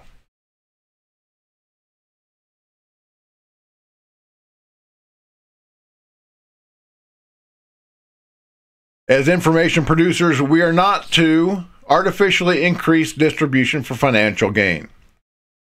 Create or use fake accounts or compromise other people's accounts to impersonate or pretend to be a business, organization, public figure, or private individual. Attempt to create connections, create content, or message people. Restrict access to content by requiring people to like, comment, and share before viewing. Encourage likes, shares, or clicks under false pretenses. Maliciously use login credentials or personally identifiable information by attempting to gather or share login credentials or personally identifiable information.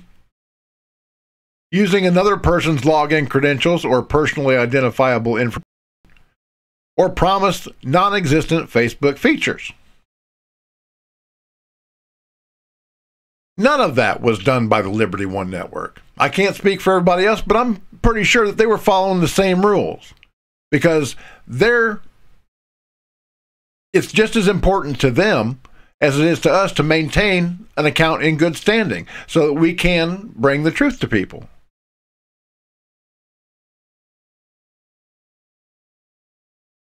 I'm pretty sure they were following the rules. I know that we were.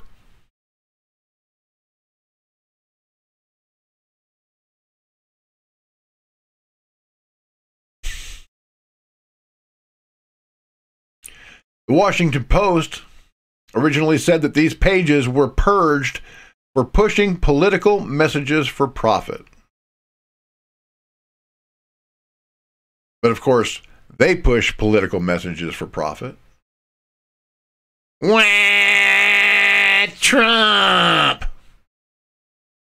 Impeach 45! I'm gonna hold my breath until you appoint a Supreme Court justice that lets us kill babies!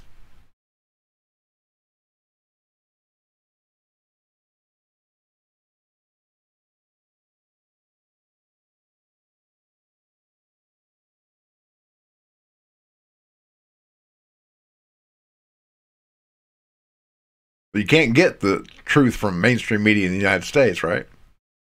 Where can you get it? Oddly enough, Russia.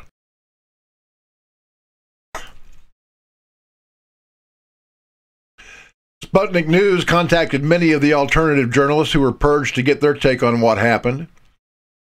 You may recall that basically every blogger outside the establishment media was accused of being secretly Russian during the 2016 election by the Washington Post, so perhaps actual Russians have a vested interest in the truth coming out on this topic. John Vibes, who contributes to the Free Thought Project, said, "This is a reconsolidation of the media. Cable news media controlled the narrative for most of modern history, but the internet has lowered the barrier to entry and allowed the average person to become media themselves. This obviously took market share and influence away from the traditional media, and it has allowed for a more diverse public conversation. Now it seems that the platforms that have monopolized the industry are favoring mainstream sources and silencing alternative voices. So now, instead of allowing more people to have a voice, these platforms are creating an atmosphere where only powerful media organizations are welcome, just as we had on cable news." As I said earlier, I'm not only a military historian, I'm a pretty good historian in general. When this country was conceived, people got their news by literally coming to the town square and talking about the latest events of the day. That's how they formed their opinions.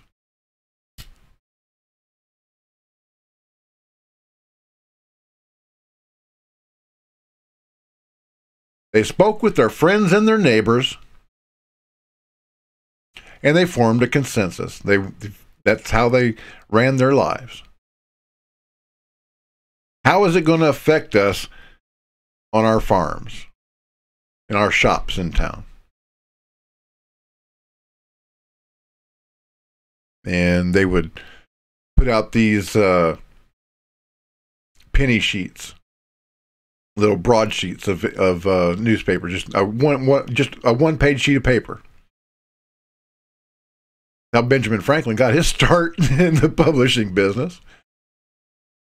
Of course, he was a little bit more complicated, publishing Poor Richard's Almanac, but you know he published single-page broadsheets too.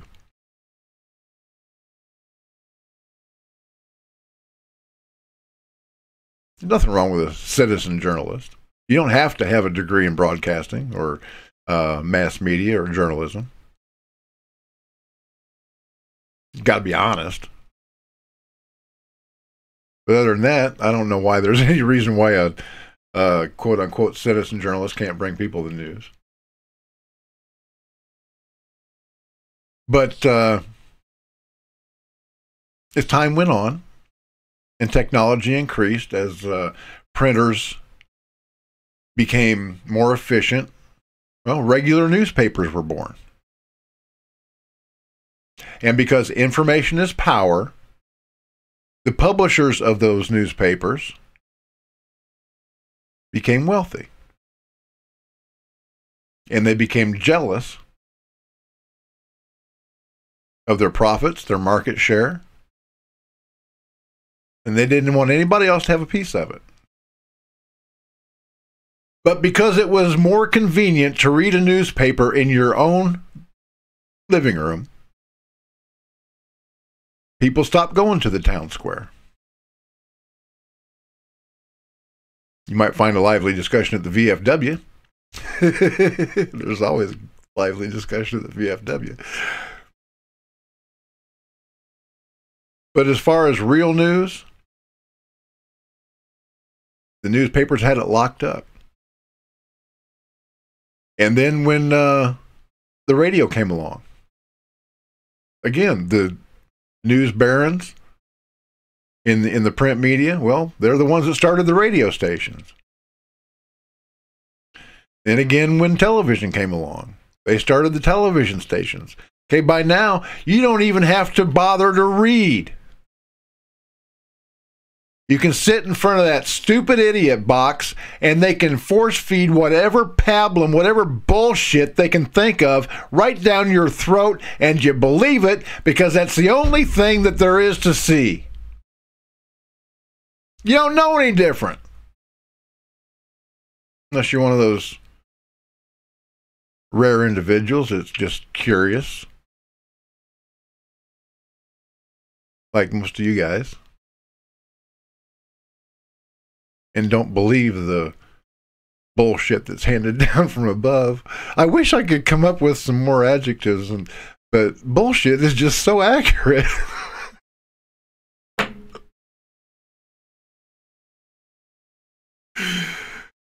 Because it stinks.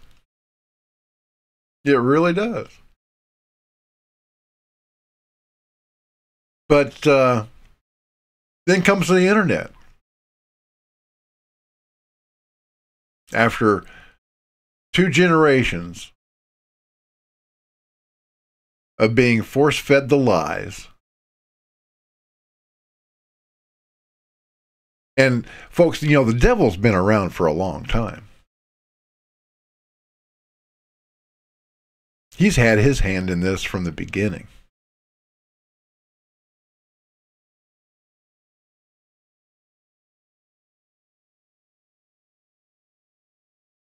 But then comes the internet, where anybody can sit in their living room and with a couple of keystrokes they can read a book in the Library of Congress. They can read the Declaration of Independence, the Constitution. They've got access to our entire body of laws, from the founding of democracy in Athens to the Magna Carta.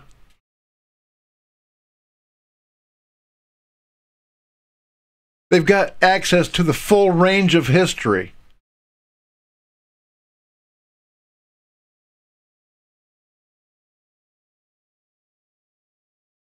And when you can do your own research, sometimes you find that what you learn doesn't always correspond with what you hear on the TV.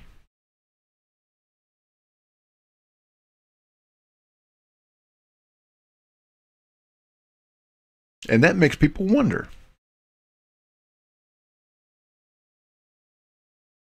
And it makes them hungrier for information. Because people want to know what the real deal is. That's just human nature.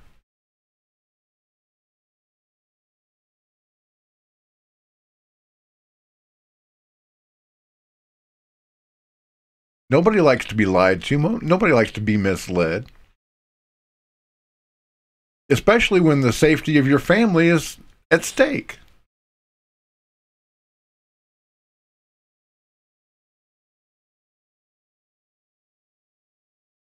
Nobody hates war more than a warrior. Because we've seen the human cost.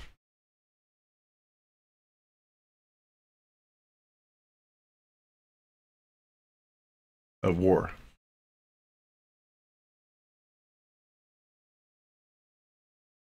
We've had to do things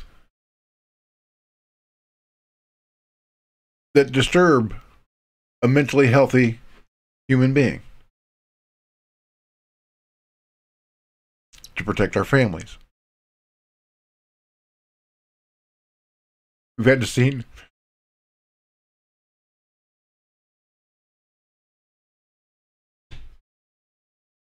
Our brothers and sisters blown apart.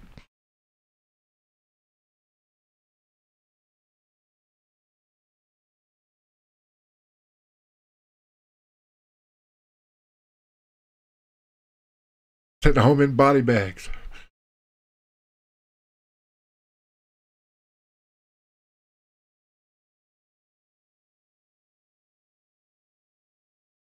And some can't take it. It's not normal. War.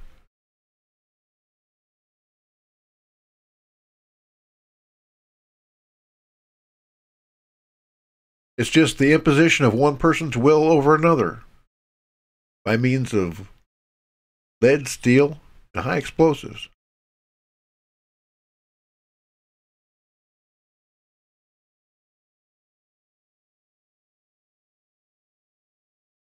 And it's a horrible thing. That's why it should be avoided at all costs. 22 of my brothers and sisters are killing themselves every single day because of the things that they've had to do, the things that they've seen.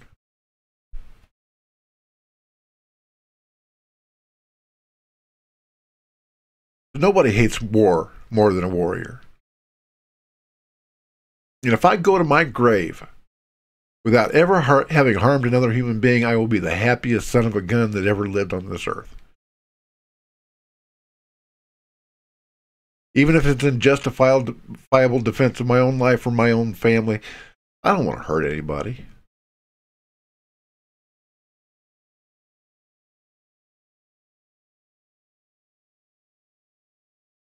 But damn the person that makes me do it.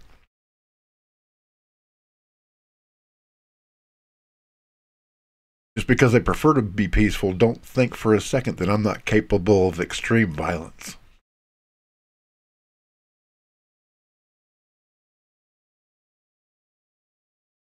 And there are tens of millions of other veterans that feel the same way.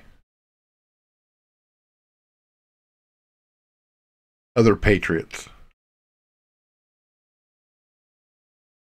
that may have to defend themselves or their family or their way of life, the republic itself.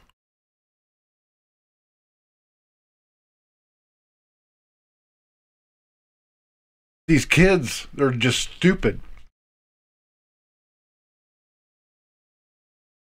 Because we've let them get away with their bad behavior for so long.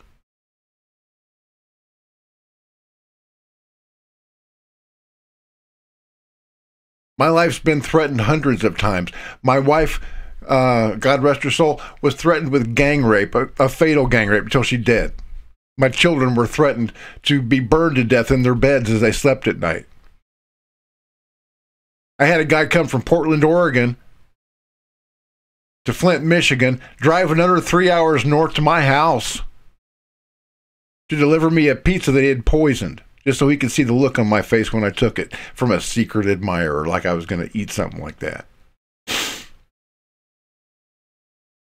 I had one guy upload a video to YouTube offering a monetary reward for my death and the deaths of my family members. And he threatened to murder any federal agent that got in his way. I sent all this information to the FBI. Not only did they not go out to interview either of these assholes, their freaking YouTube channels are still up. They don't even lose their accounts.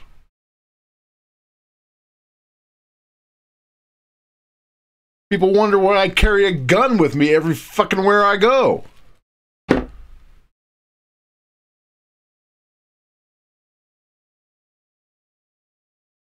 Rand Paul's wife has to sleep with a gun next to her bed because of the violence of the left.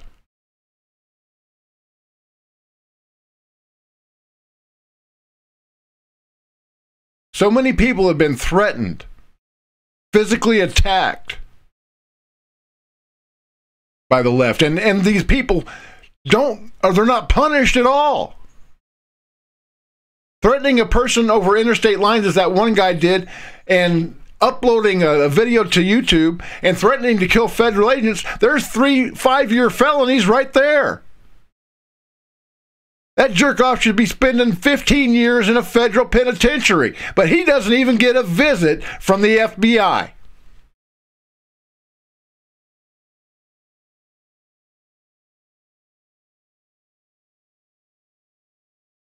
These people aren't punished. They can threaten head Baron Trump to rape Melania or assassinate the president, and they get a freaking blue check mark on Twitter. They're not punished, they're rewarded. Because the left wants violence. And that's where they're making their fatal mistake. They may want it, but they don't know how to perform it. They don't know how to execute it.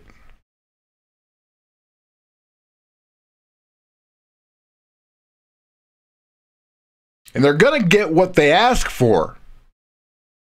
Heaven forbid. But pray as much as I want to. I can't stop it. They're going to do what they want to do. One of these days, I guarantee you that one of these mobs is going to come up against an armed citizen, and a bunch of these Antifa assholes are going to lay face down on the deck with their heads exploded, their brains leaking all over the streets.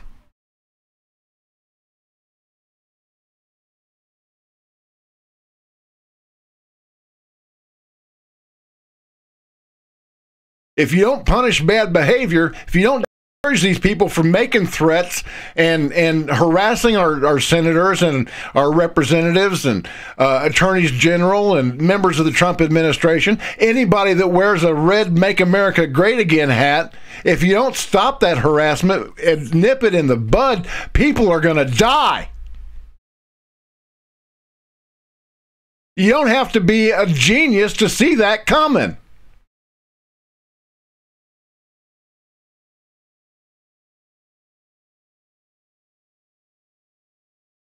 They don't care. They grew up playing Grand Theft Auto. You can get killed and respawn yourself.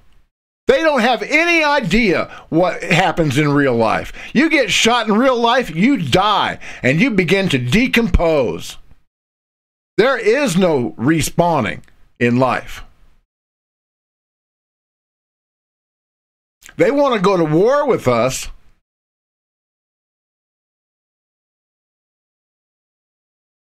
But they have no idea what they're asking for.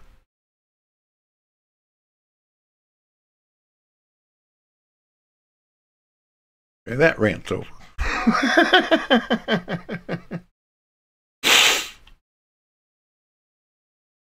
Let's go back to this fellow from the Free Thought Project.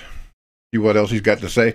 People think that we're just providing an activist spin on the news, but they don't see the families struggling to have their voices heard.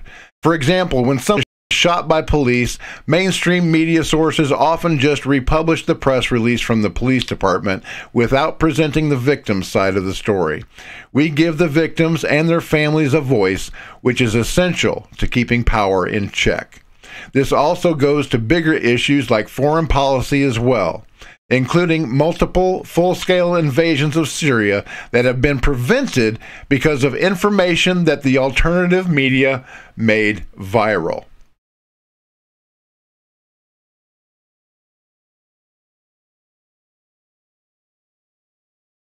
And that's true.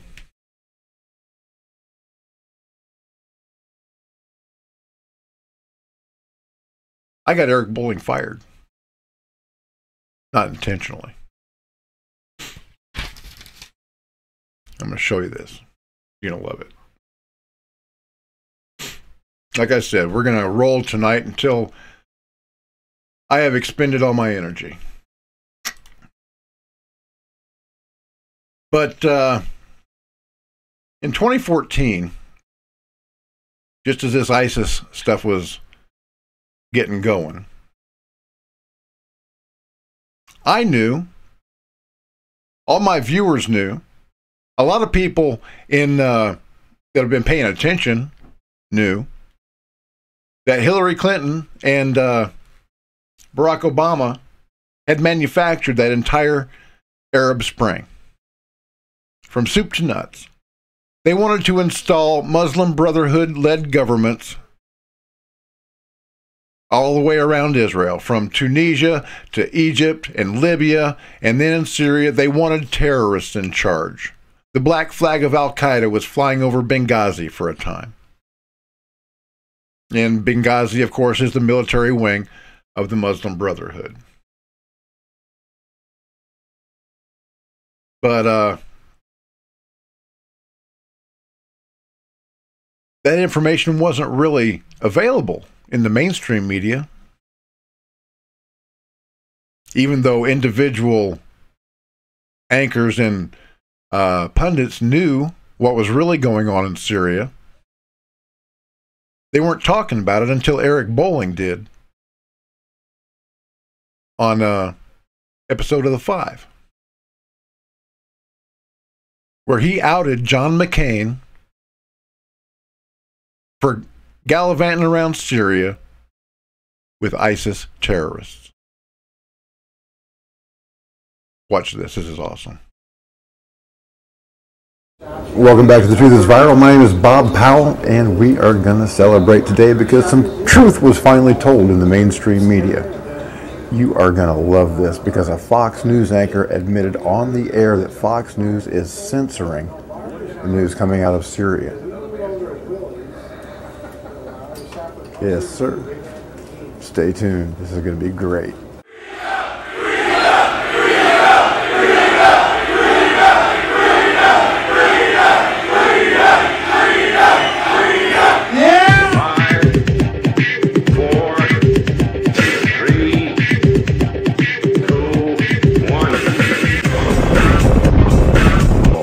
You need me on that wall. Keep this frequency clear. And now it's conspiracy. See, they've made that something that should not be even entertained for a minute. That powerful people might get together and have a plan. Doesn't happen. You're a kook. You're a conspiracy buff. You're watching The Truth is Viral, the only news program on the internet trusted to deliver the truth since 2008. And now, here's your host, Mr. Bobby Powell.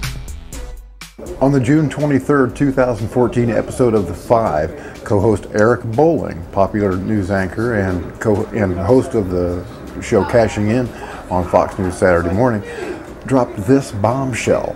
Hey, we're not agreeing much lately. Guys. Listen, this is the reason why I'm going to agree with Bob on this one. Yeah.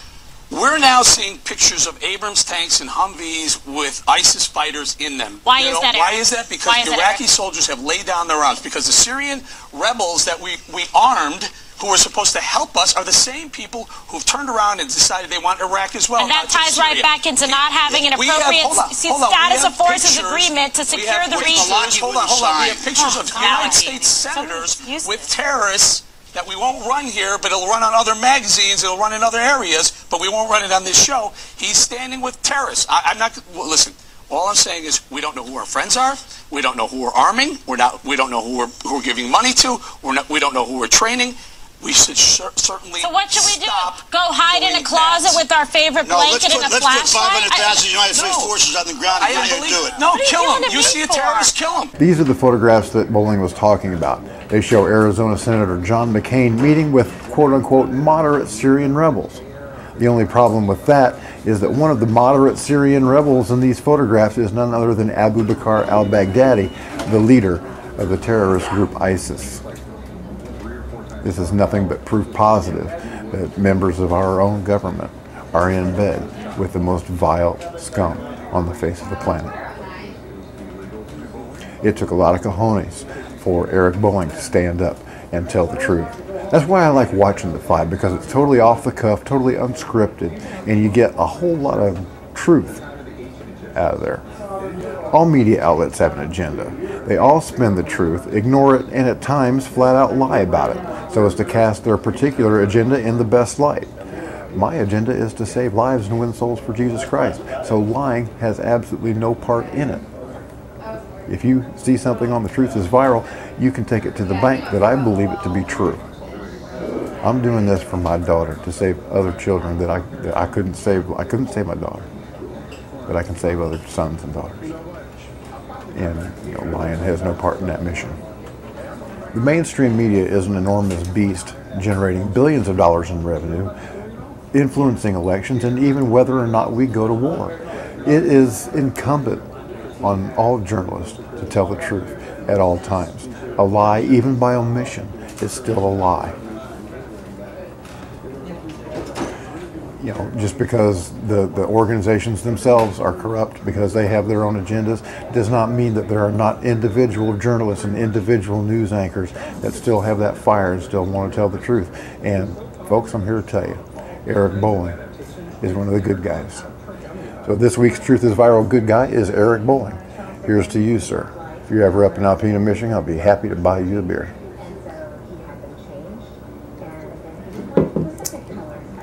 Thank you for watching The Truth is Viral. Okay. So, yeah, guys, I'm, as I said at the beginning of the show, I am formally releasing all copyrights on all of my programs.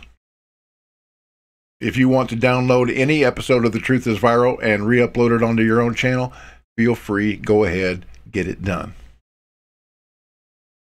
This is how we're going to defeat them. We're going to decentralize. They can take me out. Matter of fact, they just tried. But they can't stop all of us. Even if I lose my YouTube channel, you will have the ability to live stream on liberty1tv.com and on spreely.com. So that's where you need to come find me. The only way they're going to be able to shut me up is to physically kill me. But we need your help to get the message out there. We need you to like, comment, and share all of the videos of all the Liberty One Network hosts. Don't put them just on your timeline. Put them in all the groups on Facebook that you belong to. They'll love that.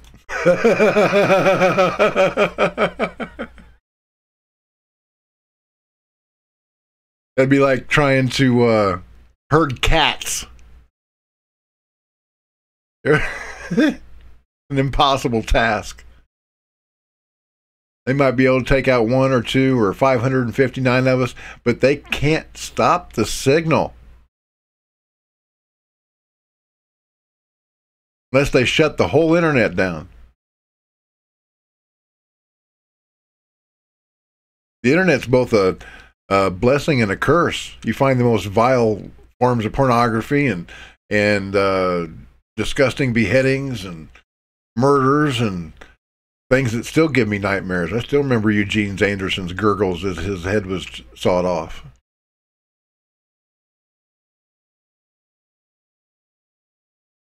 First beheading I ever saw, the first guy beheaded in Iraq. James Anderson. And those sounds haunt me to this day. I've seen things that I wouldn't wish on any of you. But I consider that part of my job to find out what's really going on in the world. So I'll always tell you the truth, but there are some things you don't need to see. Just trust me, take my word for it.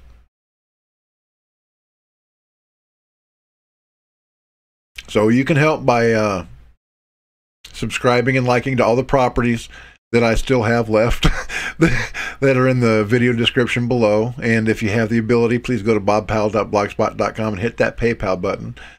Hit me up in the super chat like Bud just did for 25 bucks. Thank you, Bud. Love you, Bud. Thank you very much. Or there's a direct link to my PayPal. It's paypal.me/thetruithisviral. Also in the video description below. But the most important thing that you can do is keep us in your prayers. Because dealing with evil, as we do every day, does take a toll.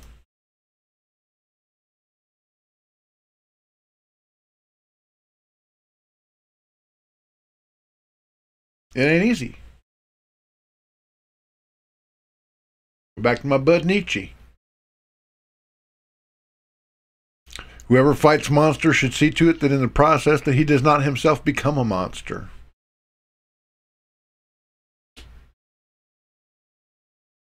If you look in the abyss long enough, it's going to look right back at you. It's going to infect you. So we have to put on all the armor of God.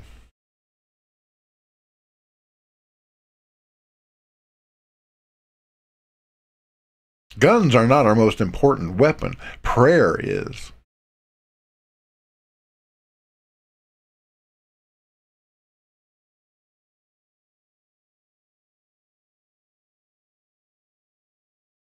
And I need you to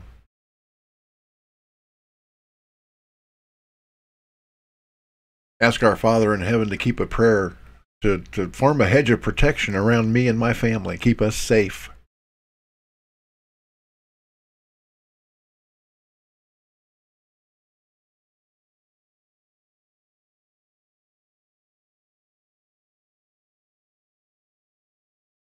Because we're not just fighting flesh and blood, we're fighting principalities and spirits and the air.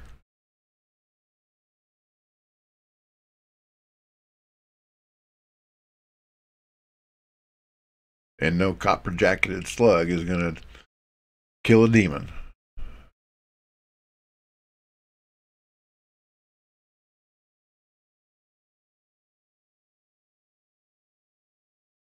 Prayer is our most effective weapon.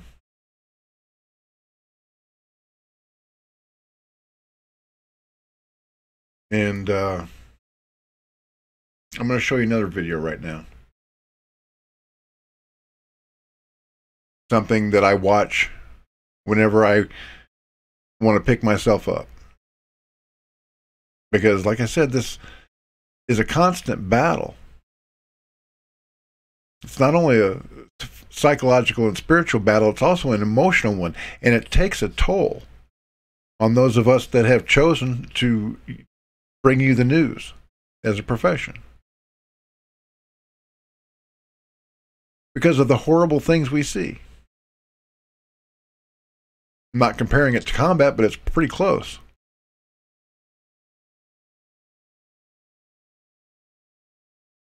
So we need to put on the full armor of God and go out to wage war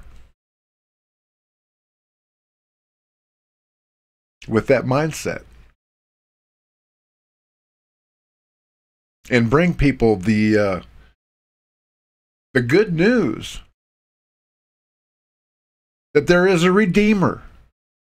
We were born in sin, every single one of us. But we don't have to live that way. At any time, any one of us can ask our Father in heaven, can ask Jesus Christ to forgive us of our sins. And He will. It's that simple. Ask, and thou shalt receive. And then when the Holy Spirit comes into you, that sin's wiped away and you don't have the desire to sin anymore, because it's just such a beautiful feeling to be rid of the weight and the darkness and the cost of sin. If you want to be free,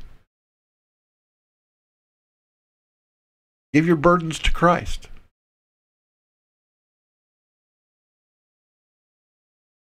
That's how you become free. That's how you save your soul.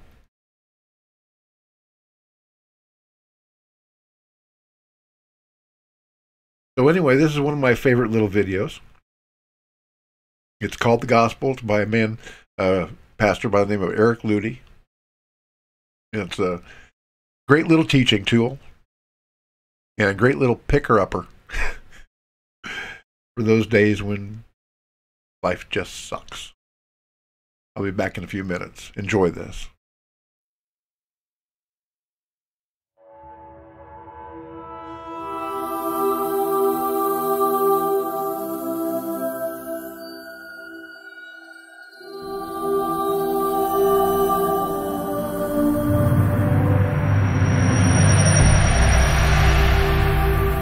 I am going to introduce you to the gospel right now. You are a rebel. Whether you want to acknowledge it or not, I'll tell you straight up. You are a rebel against the living God. This is your natural disposition. Why? Because you are born in sin. We are in a prison cell. And it takes the awakening and the grace of God, you can call it the prevenient grace of God, to awaken us to the fact that we are lost and we can't get out. We're headed towards destruction fast. The enemy, because of our rebellion against God, has legal rights to harm and harass our life. There you are behind the prison cell. Help, I need out! You can't get out. Those prison bars are stronger than any adamant. There is no way you can cut them because they're stronger than diamond. It is impenetrable. You cannot escape.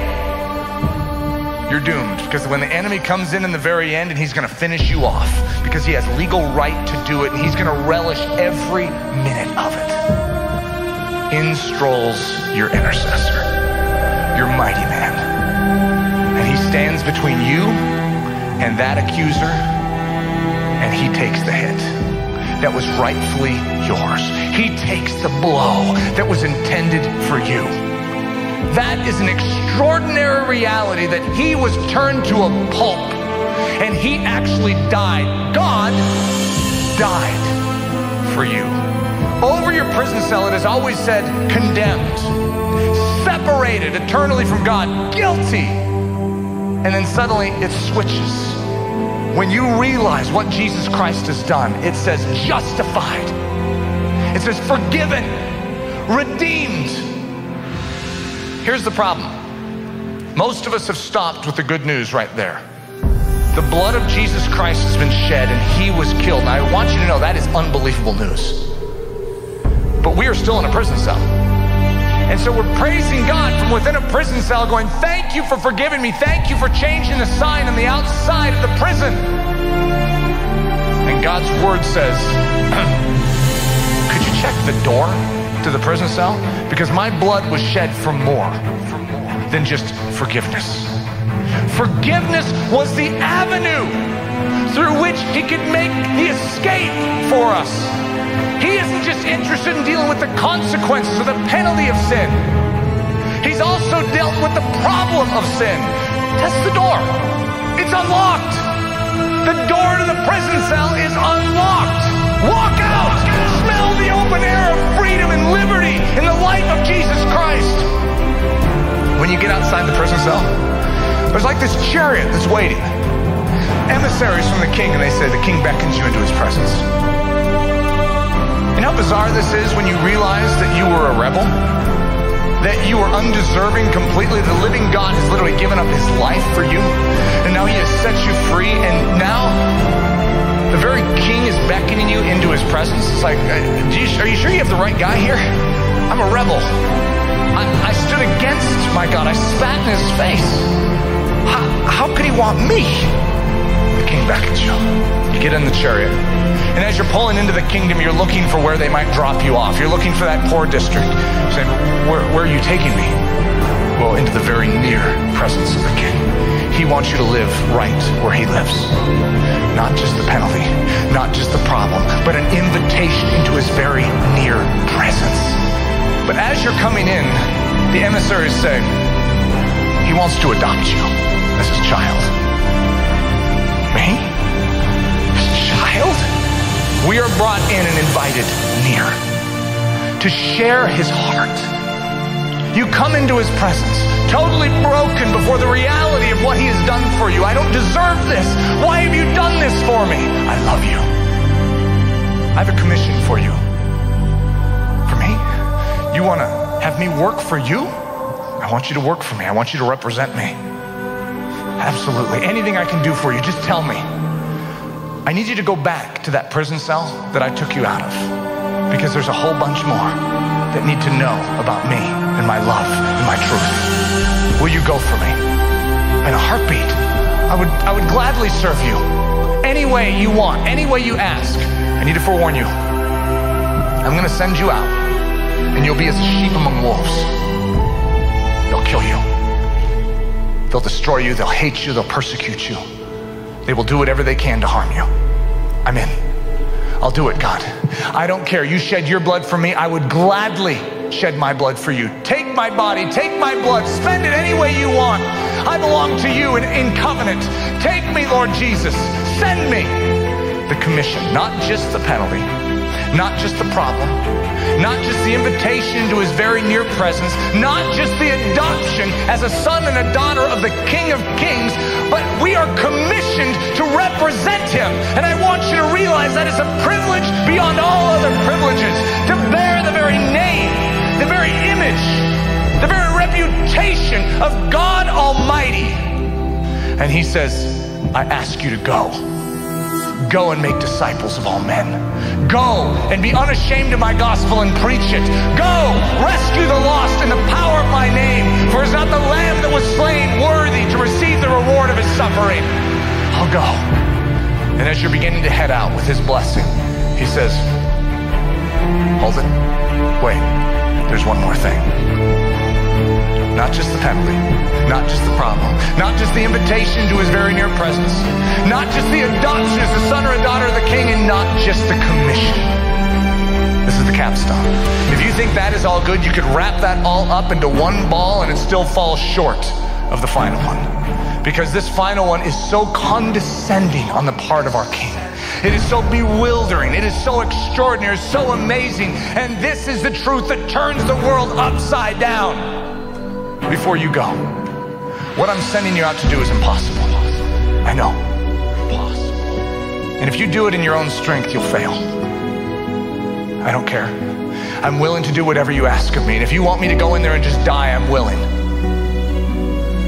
I'm sending you out to be a victor. My children will not lose. Would you give me your body? And I will come in and make it my home. And I will take those hands of yours and make them my hands. I will take those feet of yours and make them my feet. I will take that mouth of yours and it will speak my words. I will take those eyes of yours and they can now see what I need you to be seen in this world. And I will take your heart of stone and make it a heart of flesh, so that it will beat with my burdens and you will care for the very things that I care about. And your prayers will become my prayers. And your life and your attitude and your behavior every minute of every day will be the very behavior of God. Will you allow me to overtake your life?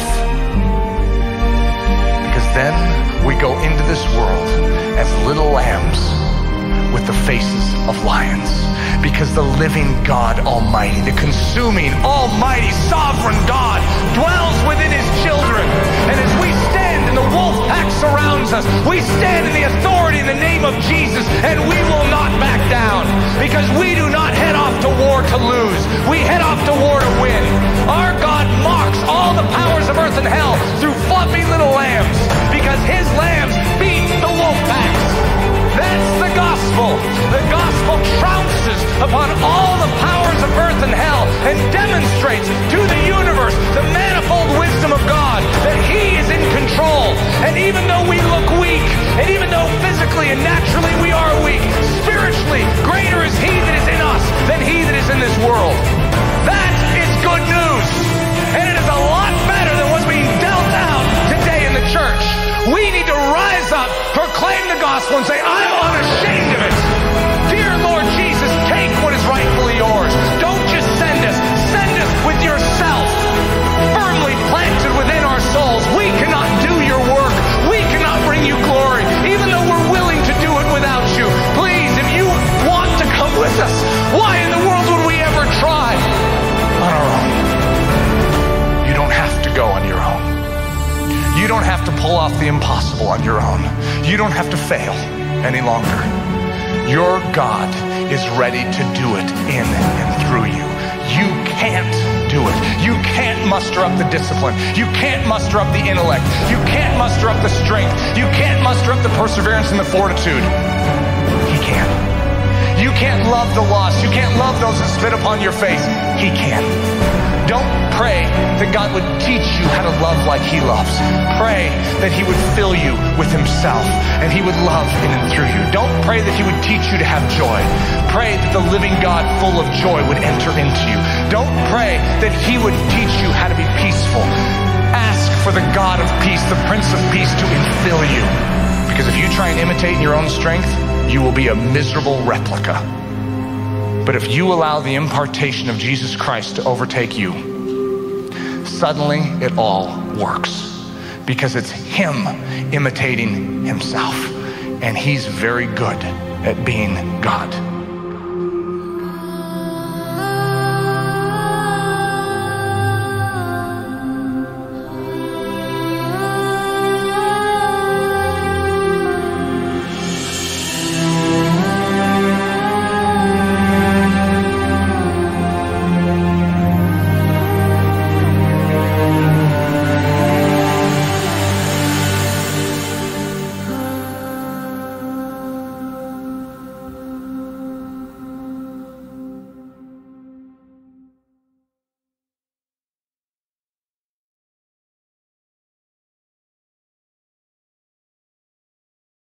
Yeah, it's one of my favorite pieces.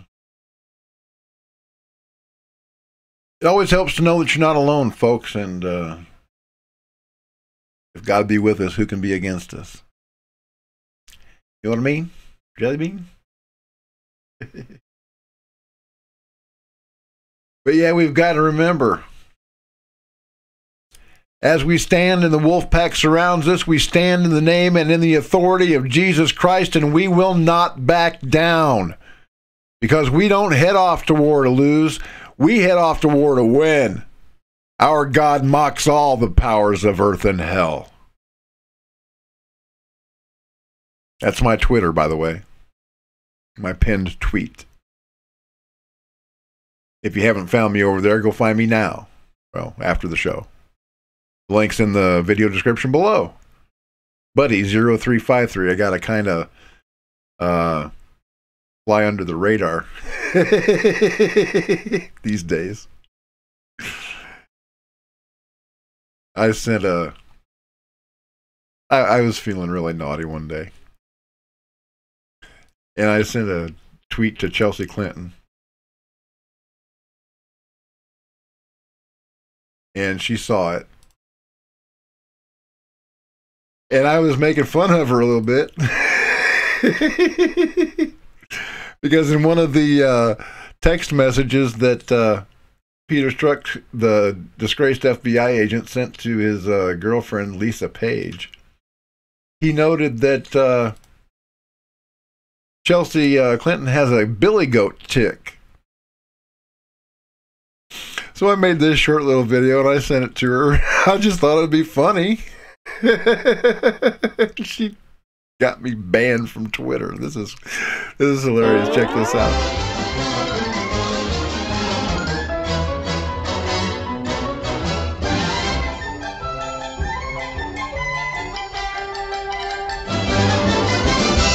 Mark and I can't quite believe it.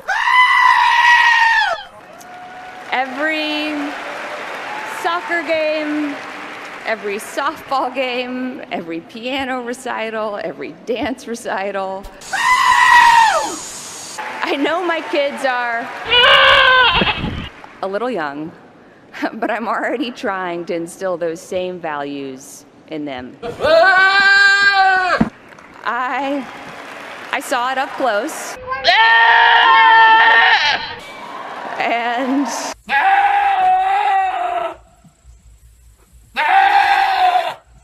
I am so grateful. Grandma would be so proud of you tonight.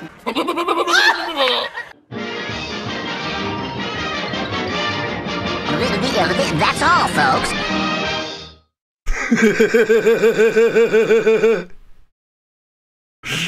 And Chelsea didn't like that too much. Oh, as long as we're having fun here, you know, you gotta laugh. You really do, through the absurdity of it all. Because if you don't, if you let all the evil and bad things that are going on pile up in your head, you're just gonna, your hair's gonna fall out. Trust me, I know what I'm talking about here.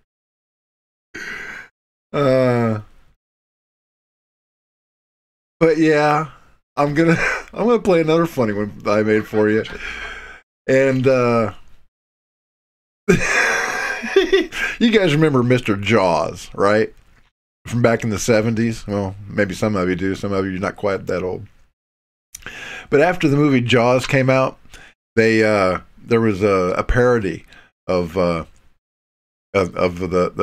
dialogue in the movie, where they took popular songs from the day, and the reporter went down to the beach and he was asking the shark some questions, and he would reply in song. Well, I had some time on my hands one day, and I thought that I would ask Hillary Clinton if she would come on my show and finally tell the truth. Would you guys like to see that interview with Hillary Clinton telling the truth for the very first time? I knew that you would. Here we go. Welcome back to The Truth is Viral. My name is Bob Powell, and today's show features my exclusive, hard-hitting interview with none other than former Democratic presidential candidate Hillary Clinton. And folks, she's on the phone right now, and I'd like to remind her and everybody that's watching this that I am not a bought and paid for mainstream media shill.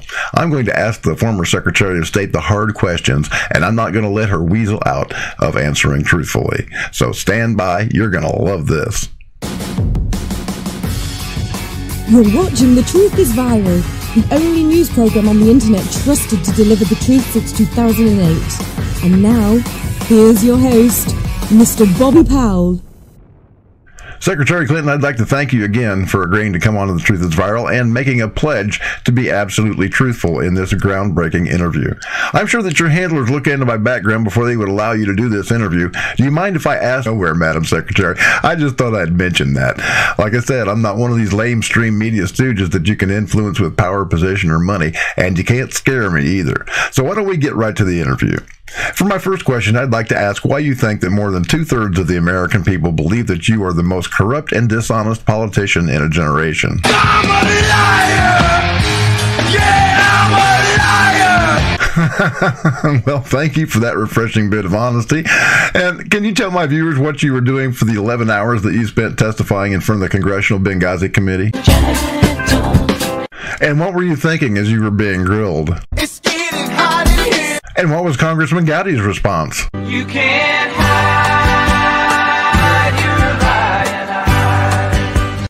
If you had been as truthful in front of Congress as you're being here with me today, what would you have said? You've been hit by a smooth criminal. Madam Secretary, what did you tell Libyan Ambassador Christopher Stevens before you sent him to Benghazi to arrange for weapons transfers from Gaddafi's armories to the ISIS terrorists that you've been supplying in Syria? You know where you are! You're in the jungle, baby! You're gonna die! Over the last couple of years, your life has been consumed with congressional hearings, press conferences, and debates on the presidential campaign trail. And it seems like whenever you're asked a serious question, you just wipe away those questions like you were cleaning a server.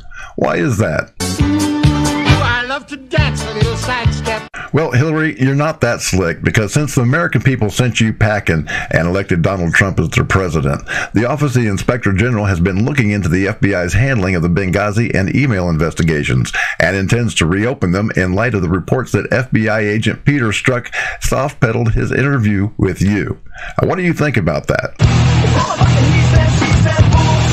And during that unrecorded interview with Peter Strzok, you claimed that you could not remember important facts and events 40 times. Why did you have such a hard time remembering those things during the interview? Because I got high.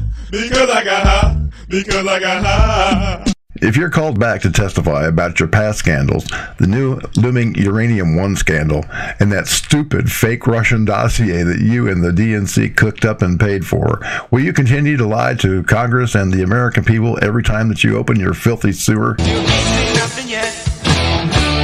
Baby, Why are you such a pathological liar? Now, Secretary Clinton, I'm going to hold you to your promise to be honest, and I refuse to let you lay the blame on the Motor City Madman. So what is the real reason that you lie constantly? Whatever. Regardless, the evidence against you is overwhelming, and I'd really like to know how you got out of that interview without wearing handcuffs. What did you say to FBI agent Peter Strzok? Bitch, I'ma kill you. You don't wanna fuck with me. Dang, that's brutal. Let's go back a little bit, though, to that photograph of you and Barack Obama sitting around a table watching Navy SEALs kill Osama bin Laden. That's been called staged. What were you and the president really doing when the SEALs were attacking bin Laden's compound in Abbottabad, Pakistan? Driving that train, high cocaine. The list of bodies connected to you and former President Bill Clinton is really quite long. Impressive, actually, when you think about it.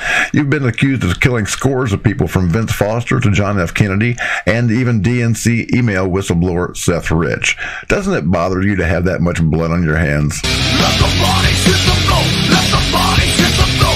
You know, one name on your Deadpool list really disturbs me. Buddy. The dog that you got as a puppy while you lived in the White House, who was mysteriously run over by a car on January 2nd, 2022, when he unearthed human remains at your home in Chappaqua, New York. Now, I can understand killing your enemies, okay? It's evil, but I understand it. What I can't understand is why you would have a beloved member of your own family whacked. Did you warn Buddy not to cross you? And if you did, what did you say? Dead puppies aren't much fun. Well, that's pretty sick. But tell me, what is it that gives you comfort and the aftermath of the deaths of literally scores of your close associates? The sound of silence. Why do you think that you've been able to get away with what can only be described as a serial killing spree? I've got the power! Okay, well, let's turn to some more personal issues for a moment, all right? We'll pretend that we're on The View, okay? I'll play Whoopi, you play you. And I'm Whoopi, remember? And Hillary, I want to know about your husband, Bill. I want to know how he describes you as a wife, as a woman, and as a human being. What would he say? She's just a devil woman with evil on her mind. Beware the devil woman, she's gonna get you. And what about him? Is he honest about his sexual perversions? The women that he's abused and raped? What does he tell you when he wants to go out at night to get some? Lord, take me downtown. I'm just looking for some touch. Mrs. Clinton, many feminists like yourself just don't like men. And in your husband's case, that's understandable. But Sally Miller, who wrote a book about her affair with your husband, Bill, said that you experimented in college with women sexually. And despite the fact that you publicly disparaged Monica Lewinsky, the intern that your husband did have sexual relations with, what do you really think about her? One story making the rounds on the internet quotes John Lennon's widow Yoko Ono, stating that, and I quote, "We had a brief romantic fling when I lived with John in Manhattan and Hillary was studying in Yale." Is that true, Madam Secretary? Hillary, when you lay down to sleep at night, knowing that the truth about your crimes is going to come out eventually, what's your greatest fear? All right, you know there's no such thing as werewolves. So you want to take another stab at that? What scares you? Your eyes. Cows with guns.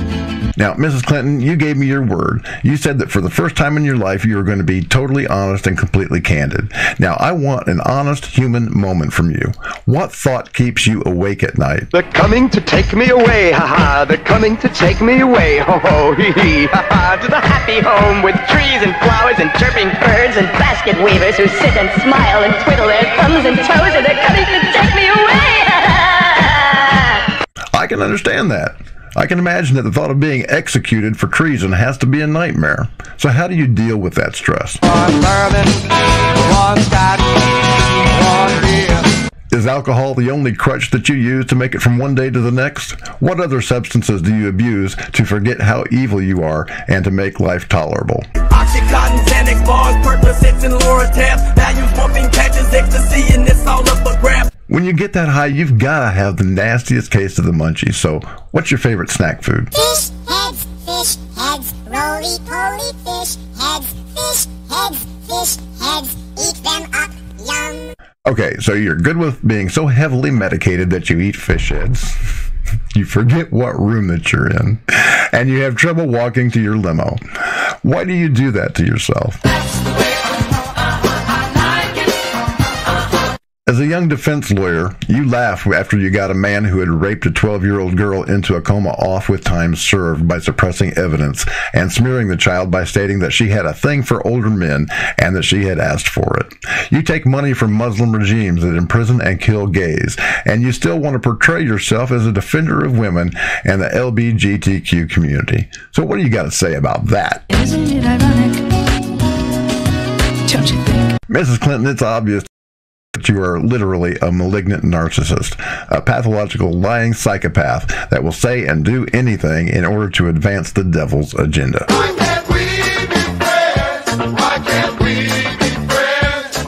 Because you're a freak show, lady, that's why. You're completely out of your gourd. You may be right.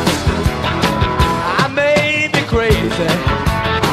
Crazy is a given, Hillary, but I'd like to know what it was that made you think that you were qualified to be president of the United States in the first place. Cause of my hump, my hump, my hump, my hump, my hump, my hump, my hump, my lovely lady lumps. Check it out.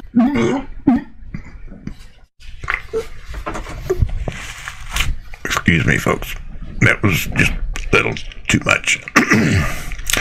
Okay. Back to the interview. Donald Trump won the presidency, Mrs. Clinton, and now Q is breathing down your neck. If there's any justice in the world, you will be arrested and tried for espionage and treason. What are you going to do if you are indicted? And where will you go? And where's that? You know what, Hillary? I think that the entire Western Hemisphere is going to be pretty hot for you for the foreseeable future. So, you got any other ideas? I think I'm going to Kathmandu. That's really, really where I'm going to. Even if you do manage to evade the hangman, after this life is over, you have to think about the afterlife. Do you have any idea what's going to happen to you? Yeah, well, good luck with that. You know, you are without a doubt one of the most evil women it's been my displeasure to speak with. If you could go back and visit your younger self to warn her of the corrupt, decaying shell of a human being that you've become, what would you tell her?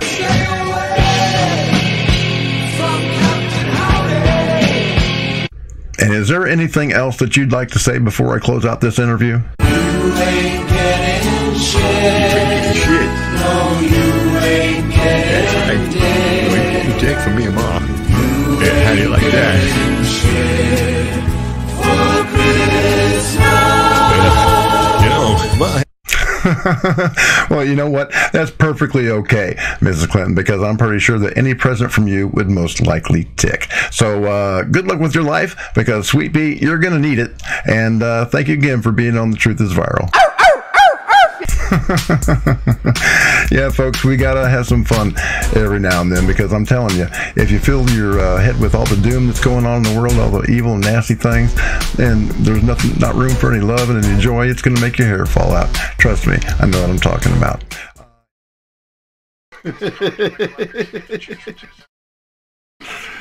Yeah, we gotta have some fun every now and then, guys, because well, we just do.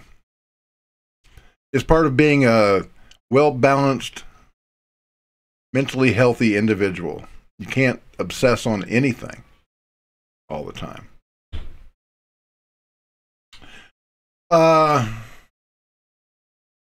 Okay, there we go. Don't forget, they could shut me out as soon as I finish this broadcast. So make sure that you go over and find me on libertyoneTV.com. and at Spreely.com. Subscribe to the blog at bobpowell.blogspot.com. All of the properties that I've got in the video description below. And with you helping us, we will continue to get the signal out. You're going to love libertyoneTV.com. We got Rob Carson, Dominic Izzo, Rodney Lee Conover, Big Sarge, Mr. Brutally Honest, guest columns from Intellectual Frog Legs, Liz Crokin, Blue Collar Logic, the great Laura Loomer, Wild Bill for America, my brother from another mother, Peter T. Santilli, the Rusty Humphrey show is on there, and Will Johnson, a great patriot, always gets right up there into the mix. And just found out not 20 minutes ago that Mr. Johnson has been invited to meet Donald Trump, the President of the United States. You want to catch Eric Thompson and Jermaine Bozzio and Jeremy Hansen too. They're all great guys, and I feel privileged to be able to share my life with them.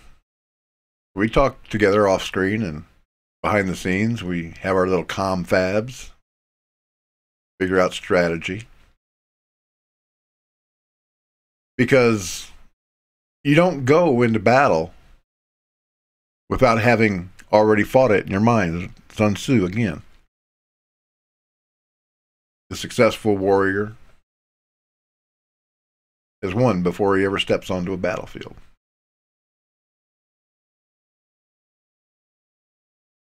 And we are at war. The shots have been fired with these 800 sites that have been taken down because they don't spew the mainstream media bullshit.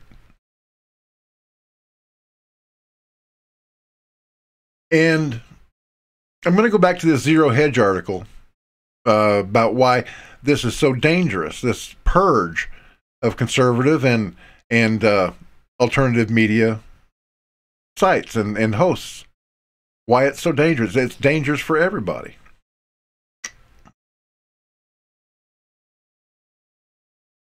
Nicholas Bernabe of Anti-Media told Sputnik News, "Our approach is to cover stories and angles that corporate media underreport or misreport, and to amplify activist and anti-war voices and stories.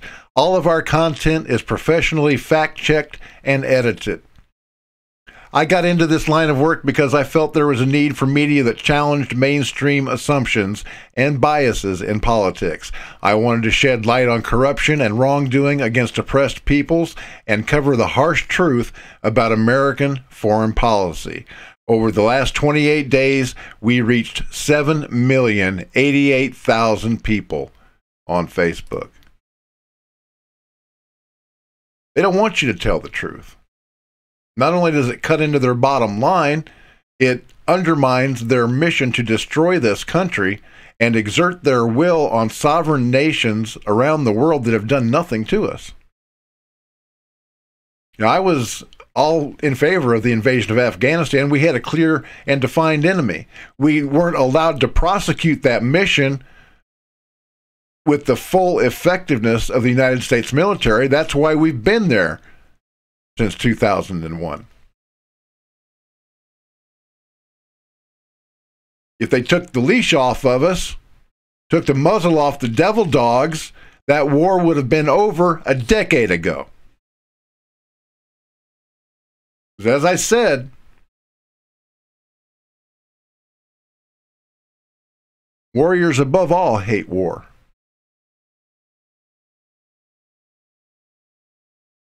But when you get to the point where you must take martial action against an enemy, war must be pursued without mercy. Your enemy must be crushed, defeated, physically and emotionally.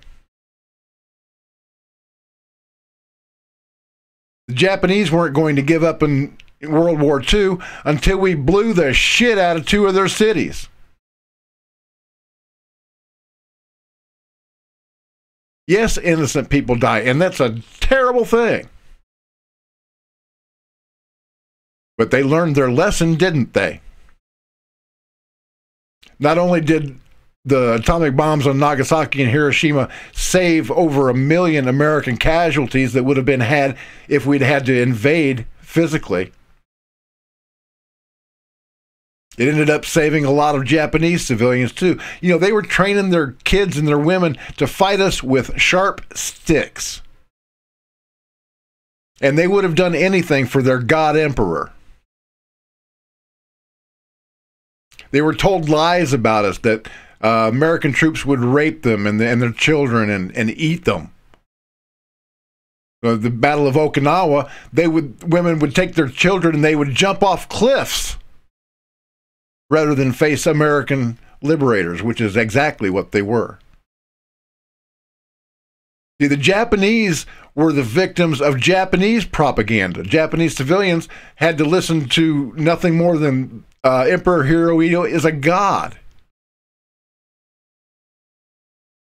And they used propaganda to brainwash their own people to believe that garbage. And because there was no alternative media to be had, that's all they knew.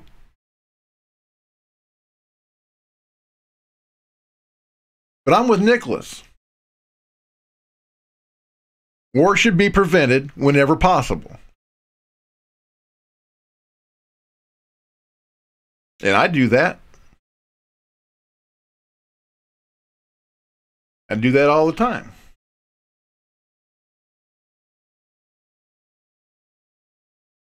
And I did that not too long ago when I had Senator Richard Black from Virginia on my show. Because you remember that in Syria, John McCain and Hillary Clinton were arming ISIS troops.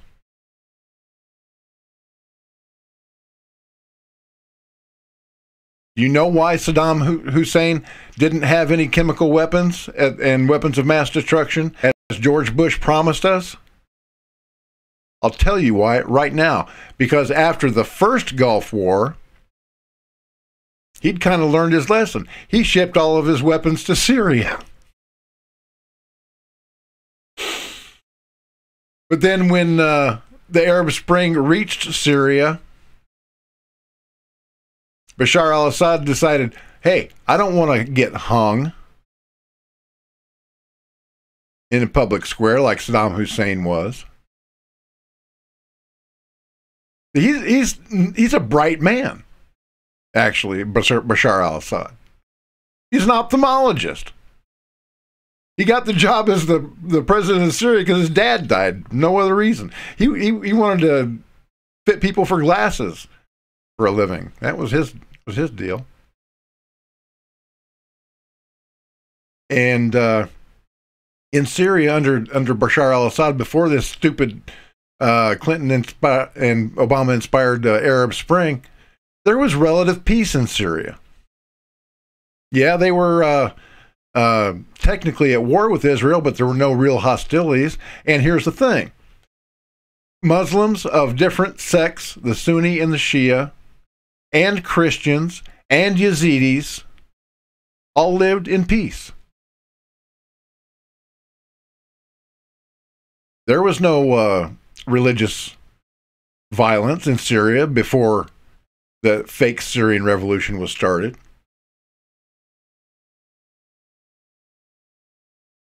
Whatever problems they had with Israel could have been eventually worked out, but now the whole place is a clusterfuck.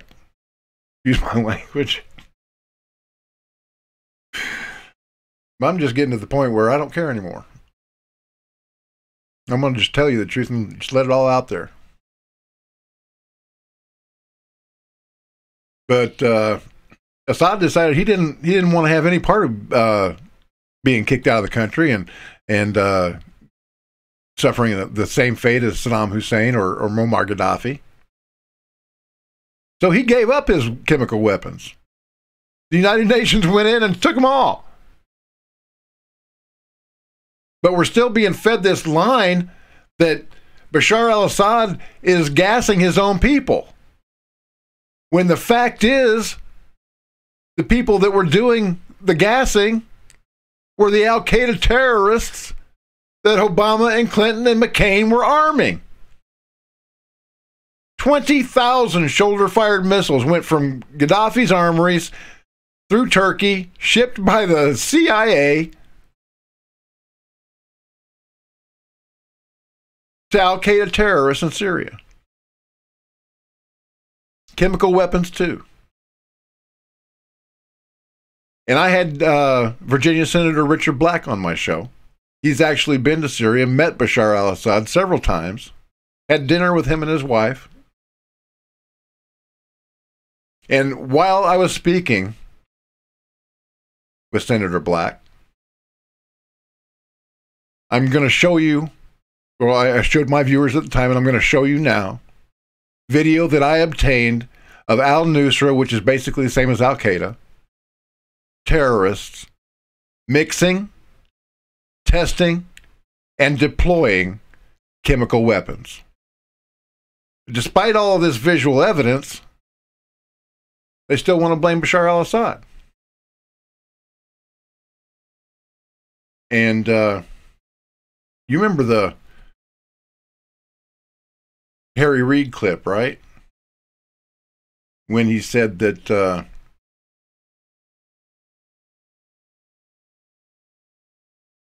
CIA should give Donald Trump fake briefings. Well, if you don't remember it, here it is.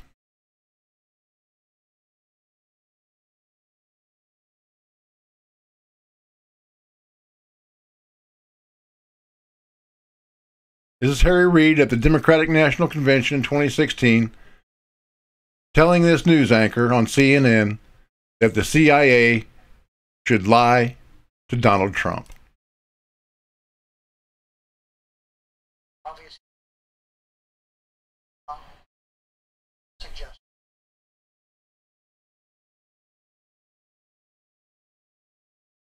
CIA.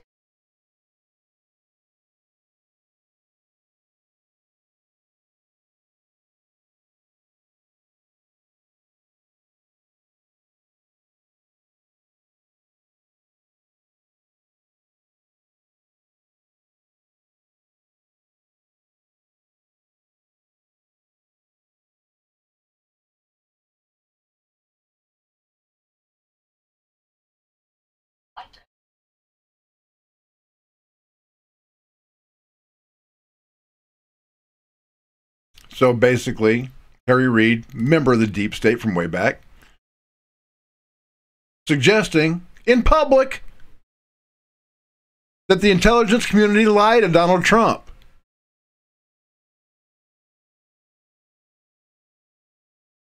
So as part of my anti-war campaign, I produced this episode with Senator Richard Black. And he's going to tell you exactly what it's like, or what it was like in Syria. And while he's talking, you're going to see Al-Qaeda, al-Nusra terrorists mixing, testing, and deploying chemical weapons.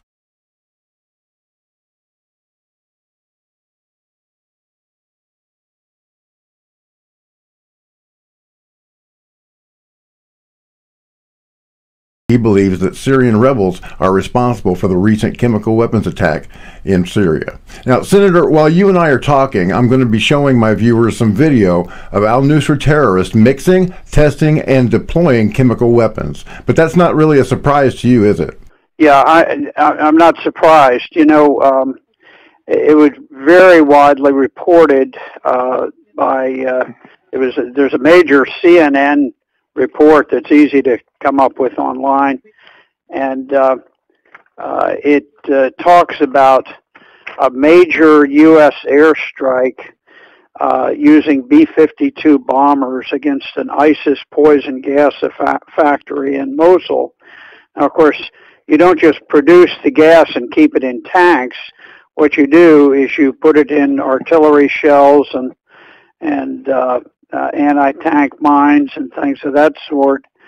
And so we know for a fact that they have gas. Back in 2013, the Defense Intelligence Agency, just before the Damascus gas attack, reported that Al-Qaeda had a major sarin gas capability.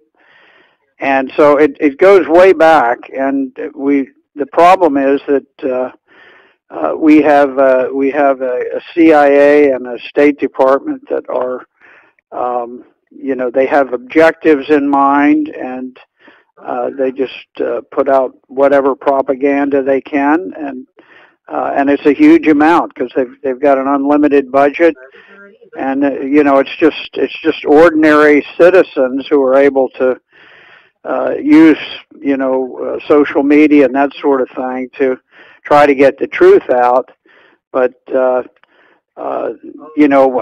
yesterday the White House felt compelled to come out and address my comments, and they put Sebastian Gorka on, and he just sort of went all around. He never did get to the basic issue of what would be the motive for Syria to use poison gas, knowing they'd enrage the world. And if they were going to use poison gas, why wouldn't they use it against a military target instead of just a gaggle of civilians walking down the street? So, I'm not at all surprised that you've got clear evidence of them doing this. There's been lots of evidence of it, and I think our reaction guarantees that there will be another sarin gas release, and it'll be blamed again on Syria. There's nothing Syria can do because the media they've got their stories already printed, pinning it on Syria, and the terrorists are just gleeful about this. It's like they can make us do whatever they want. And the only reason they can is because the media is complicit in it. That and the fact that they were trained by the CIA. Did you know that that there are CIA-funded rebels that are fighting Pentagon-funded rebels in Syria? Oh, it's just we have a diplomatic mission. When we closed down the Syrian embassy, we did that just before Syria conducted its presidential elections because we didn't want to have a serious black eye by having Syrian Americans vote overwhelmingly for President Assad. And we replaced the Syrian embassy with a diplomatic mission, and it's called something like the Syrian Revolutionary Armed Front or whatever. But basically, it is a mission whose diplomatic purpose is to lobby Congress for weapons to be used by ISIS and Al-Qaeda and all the other terrorist organizations over there. Would this footage that I have be useful to you?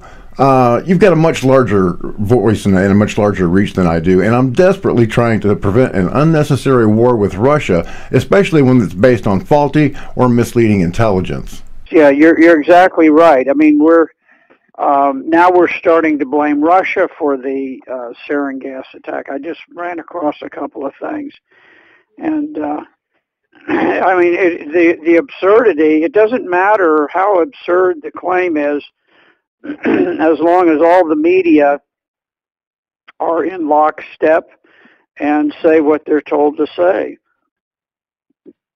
They could say that that we've just discovered that men from the backside of the moon have invaded the planet, and if every news station published it as a fact, everybody on the street would agree. They'd say, yeah, boy, those men from the moon have just, they're all over the place. I mean, everybody says so. All the experts tell us it's true.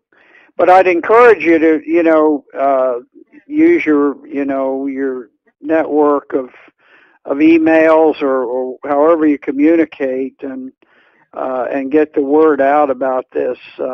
The key thing, and the one thing that has the other side stumped, is that they cannot articulate a motive why Syria, which is winning on every front, would suddenly deliberately incur the wrath of the world by using sarin gas in a small attack, and use it against civilians instead of the armored formations and the massive defensive fortifications of the terrorists. There's no rational reason for it. And then I had one guy say, "Oh well, isn't he a tyrant? And don't tyrants do crazy things?" Well, I mean that's just a stupid answer.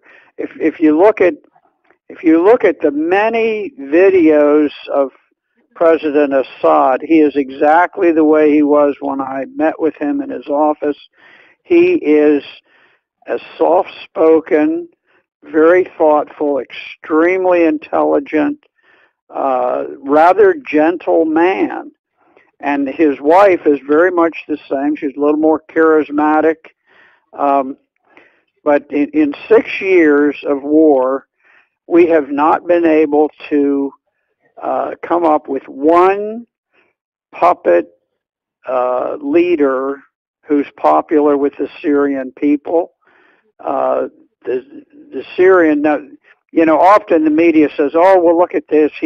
Assad only controls so much of the country." Well, the fact is, I've been in Syria and I've driven out in ISIS-held territory, and the vast bulk of Syria is rocky desert. It's not sand dunes, but it's rock, and it's basically uninhabited.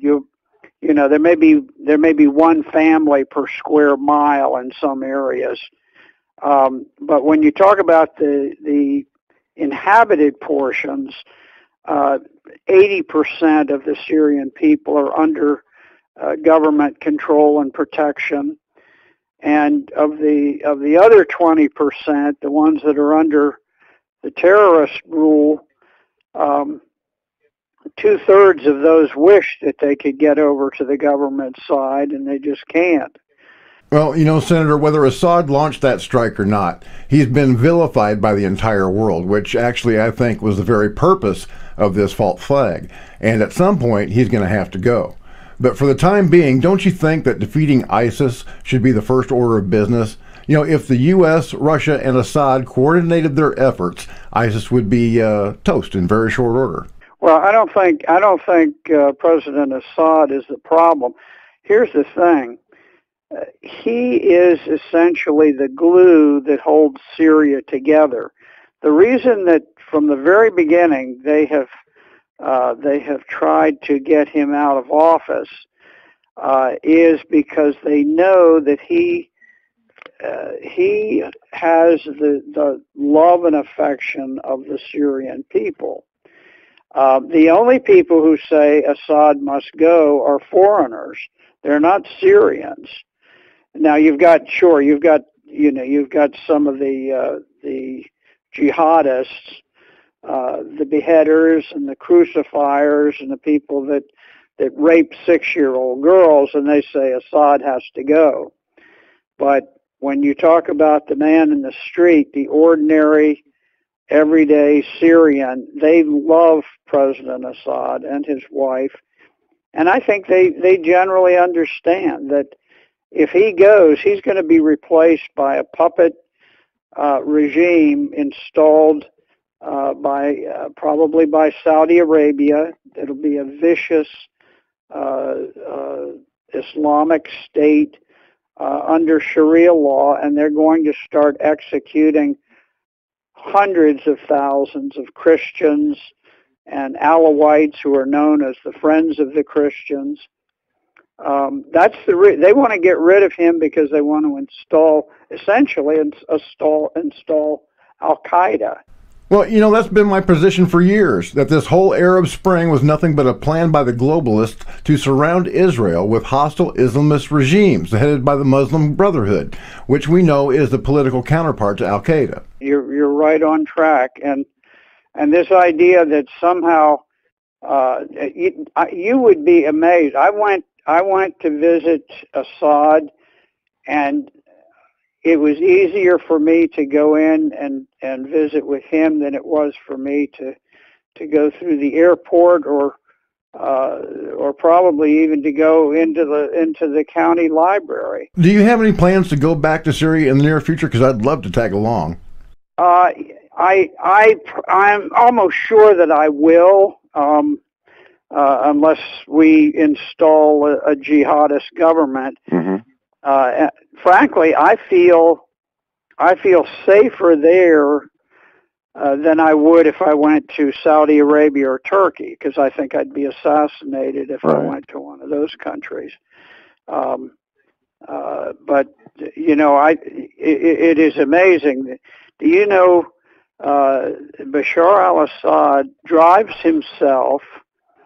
His wife walks her children to a public school there.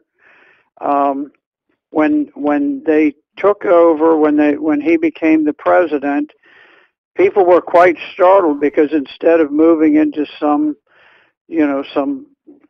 presidential residence, they rented an apartment, and everybody. I know a doctor who was living there, and he said, "Gosh, the chatter everywhere was, do you know who just moved in? Yeah, the guy 3 doors down is the president of Syria." They just live like ordinary people. They're not ostentatious. The Asma Assad, who was raised in England, she has Syrian heritage. She doesn't wear any jewelry. Nothing. She's extremely charismatic, and it's hard to explain. She just something about her personality is just, she has such tremendous. Both of them are enormously intelligent, and they're both totally devoted to Syria. And I'm sure, when we put out the word that so-and-so must go, that's a death sentence. And either you jump on a plane and leave, or we kill you, we kill your wife, we kill your brothers, your sons, your children. This is just the way we do things. That's the way the CIA and the State Department have operated. Now, would you blame that on the Obama-Clinton State Department, or is this more of a deep state thing where the globalist agenda is going to be pushed forward regardless of who's in charge of the State Department and the executive branch? I guess there are two answers. I would attribute it to the deep state, which goes on, generation after generation. Right. But I think it has become far more deadly and dangerous during the time. First, starting with George Bush, Dick Cheney, and then with Hillary Clinton. She sort of put it on overdrive. Obama put Muslim Brotherhood operatives all through the intelligence network and the national security network. So it's totally compromised at this point, and has virtually no loyalty to the United States. Their loyalty is to the global billionaires of the world who You mean like George Soros? Yes, Soros, and there are probably somewhere around 100 guys who basically control the wealth of the world, and they direct things. But I can think, when I was a little boy in elementary school, I was attending school in Coral Gables, Florida. Even then, we would talk about the Spanish-American War and how when the battleship Maine was sunk, that was not the Spaniards who did it. It was a false flag attack, and it was an excuse for us to overthrow the Spanish Empire and occupy the Philippines and Cuba, and frankly, I think no good came of any of it for us. But it's been going on. I mean, the purpose of one, well, I mean, they have many purposes, but one purpose of the CIA and State Department, which really are integral, but one is part of the other. And one of their purposes is to create pretext for war. Wars don't just suddenly break out because, some incident occurs. They're planned. You can go on the internet quite easily, and if you look up, if you Google General Wesley Clark. Right. Actually, I just happen to have that video handy. So give me just a second here. And, why don't we all take a look at this real quick. And this is General Wesley Clark describing a Pentagon plan to invade 7 countries in 5 years. I went downstairs. I was leaving the Pentagon, and an officer from the Joint Staff called me into his office and said, I want you to know, he said, sir, we're going to attack Iraq. And I said, why? He said, we don't know. He said, I said, well, did they tie Saddam to 9/11? He said, no. He said, but I guess they don't know what to do about terrorism, and so they think, but they can attack states, and they want to look strong, and so I guess they think if they take down a state, it will intimidate the terrorists. And it's like that old saying, he said, if the only tool you have is a hammer, then every problem has to be a nail. Well, I walked out of there pretty upset, and then we attacked Afghanistan. I was pretty happy about that. We should have. And then I came back to the Pentagon about 6 weeks later. I saw the same officer. I said, why haven't we attacked Iraq? We still going to attack Iraq? He said, oh, sir. He says, it's worse than that. He said, he pulled up a piece of paper off his desk. He said, I just got this memo from the Secretary of Defense's office that says we're going to attack and destroy the governments in 7 countries in 5 years. We're going to start with Iraq, and then we're going to move to Syria, Lebanon, Libya, Somalia, Sudan, and Iran. I said, 7 countries in 5 years. I said, is that a classified memo? He said, yes, sir. I said, well, don't show it to me. He was about to show it to me. He said, because I want to talk about it. The one thing that all of those countries had in common was the fact that none of them had a central bank. Yes, well, the bank people.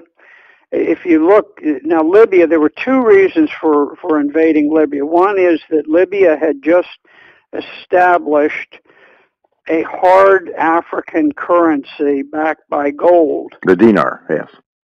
Yes, and this was a tremendous threat to the Western world because we're bankrupt. We just simply print money that has no meaning, and it works so long as there is not an alternative to go to, and the very genuine and legitimate concern of the banking elite was that if people began to compare and say, okay, with this currency you can exchange for gold, this currency you can use to light your cigars with or whatever you want, but you can't do anything else with it.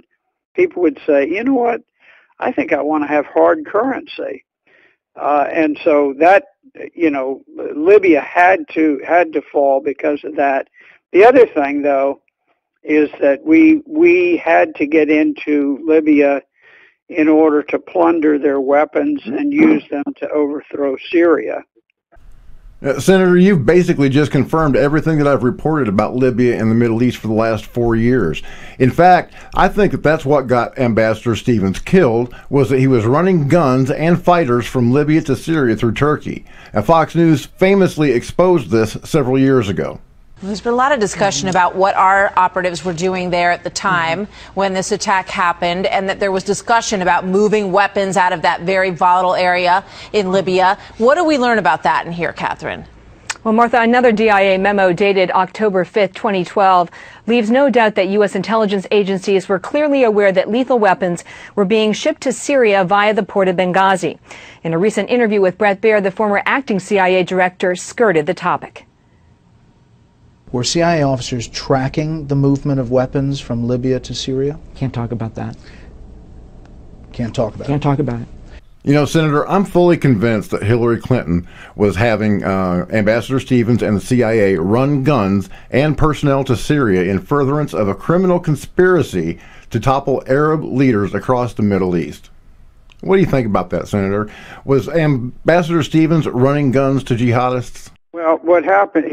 He had moved 20,000 anti-aircraft missiles into Libya during the uprising, which we staged. The CIA created it, and then we were concerned. We wanted to recover them afterwards, and he held a meeting with I'm not sure what level he was, but he was a Turkish official, and he held the meeting at that residence where he was killed. He tried to buy back the missiles, and the Turks said, "No deal. The Turks knew where they were. They didn't have them all in a warehouse, but they knew where all of them were located, and so they were sort of the central source for recovering them. And the Turks blew us off, and then I actually have a contact who knows the man who lived in the house across from there, and in order not to be killed himself or something, he went out and sort of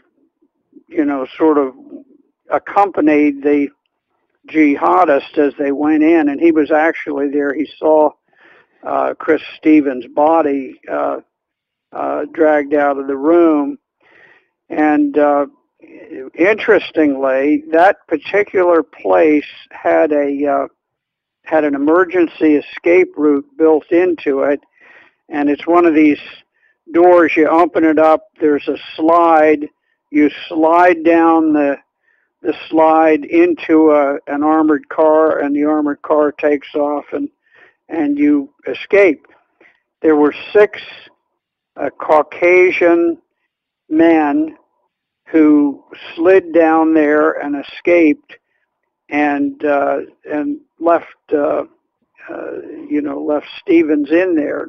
And now normally he would be the first to go, but the speculation is that he was deliberately killed on orders of Hillary because she just did not want to have fingerprints, and he had been her personal emissary to the revolution, so he knew where all the skeletons were buried, and right. Best to simply have him gone, and he'd take to the grave all of the dirt that he'd been involved in. But listen, I've got to run. I thank you very much for what you're doing. Get the word out as much as you can. I don't know whether we can stop this thing, but we need to try. Yes, sir. Absolutely. And thank you for being. Yeah. We've got to get the truth out there, and that's why they are throttling and deleting alternative news pages. They're protecting their deep state. They're protecting their evil, insidious plans by controlling the information that you get to receive. It's that simple. Information is power. And if they can control the information, then they've got the power. But what they don't realize is that there are 3 boxes upon which our republic rests. The ballot box, the soap box, and the cartridge box. Take away either of the first two, and you're only left with the third. So they're basically cutting their own throats. And the poor, dumb bastards don't even know it.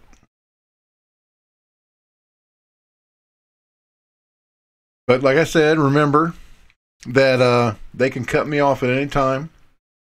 This might be my very last broadcast right here on this channel. So go find me at Liberty One TV, where you've got great hosts like Will Johnson and Eric Thompson, Jermaine Bozzio, Jeremy Hansen, and special contributions from Intellectual Frog Legs, Liz Crokin, Blue Collar Logic, the wonderful Laura Loomer. I just love the way she's chasing these dingbats around. Wild Bill for America, former sheriff who's got a really down-homey sense of bringing the truth to you. Dominic Izzo, Big Sarge, Mr. Brutally Honest, and my brother from another mother, Peter T. Santilli. I love that guy with all my heart. When my wife died, he and Deb took me and my son Adam into their home because we just didn't know what we were going to do.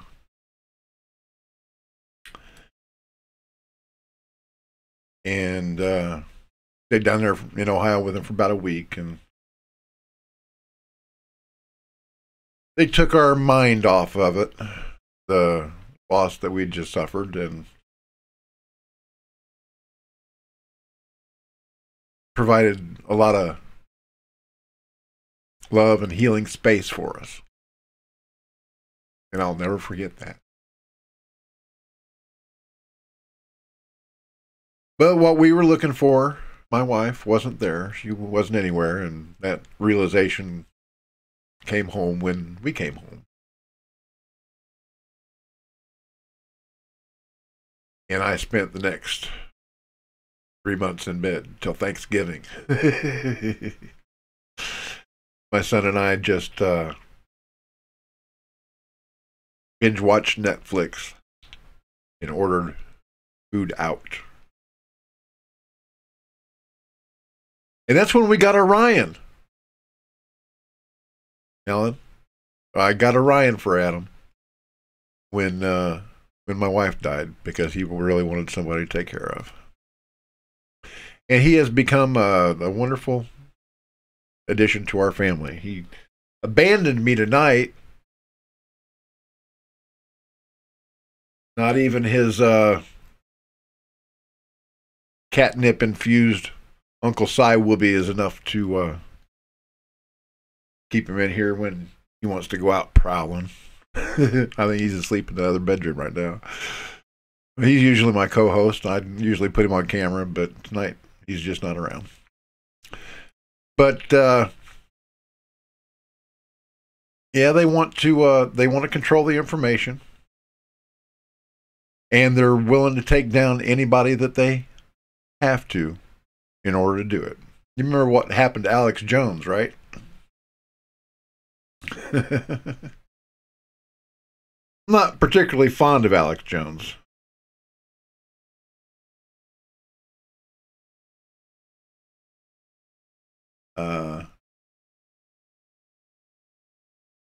He tried to steal my name, the name of my program, The Truth is Viral.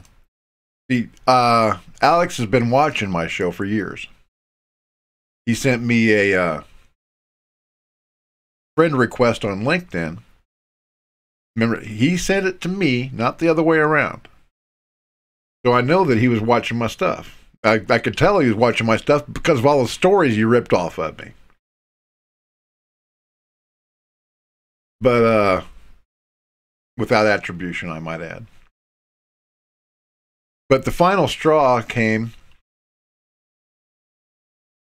when a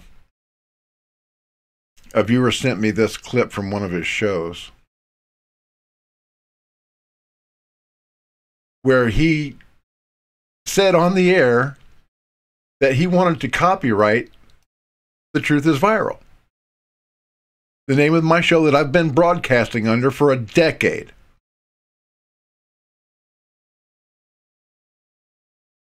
That's just nasty. Not fair at all.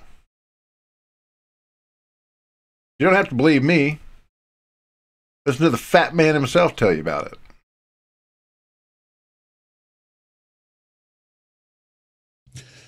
That is the chance of lock her up and Hillary for president 2016 that all originated right here on this transmission. And that's why they're trying to block us and trying to censor us, because we put out memes that are truth-based, and that's why they're viral. And I think that's going to be InfoWars' new slogan. Not just that there's a war on for your mind, but InfoWars. The truth is viral. In fact, you have Purge trademark that right now. Thank you. InfoWars. The truth is viral. So no, I don't have any particular love for Alex Jones, but I do support his right to speak freely. I support everybody's right to speak freely, because only when men and women of goodwill come together and exchange ideas can violence be avoided. If people are in their right bubble or their left bubble, it's not like left and right Twix, folks. Left and right Twix are the same.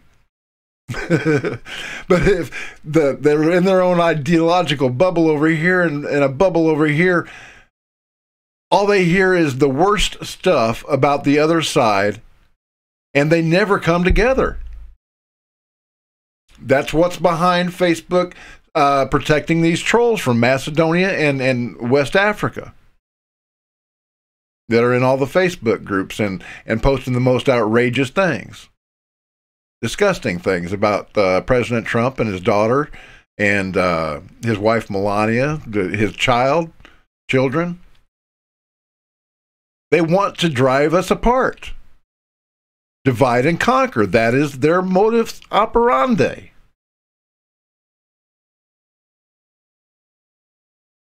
So it's our job to be the arbiters of truth and bring it to you and allow you to make informed, intelligent decisions about what you want to do in this country, about who you want to elect to represent you.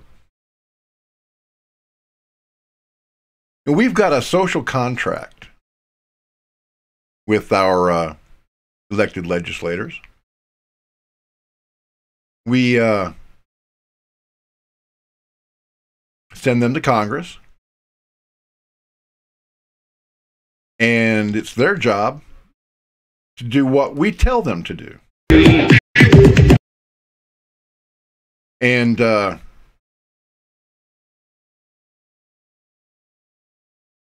they don't do that a lot. I mean, we know this. Congress has got a lower approval rating than the fake news. It's somewhere around 9%. I don't know how in the hell these guys keep on getting elected. But a lot of them are scumbags, and I mean true scumbags, rapists, pedophiles, sexual harassers, abusers, discriminators. And I expose this, and they call me fake news. And I don't just pull this information out of my butt either. Since 1997, 264 separate assault cases have been settled under the Congressional Accountability Act. 264 of our representatives, senators, and members of their staff paid tax dollars, 17 million tax dollars, requiring the victims to sign non-disclosure acts or non-disclosure agreements so that the identities of these perverts were not compromised. And last week I spoke with my representative right here in Michigan, His name's Lieutenant General Jack Bergman, a former Marine commanding general. And he told me something that really gave me a lot of hope. Because General Bergman is a man of honor. Most Marines are men of honor. True, we'll always have a shitbird or two in the ranks, but we deal with them in our own way.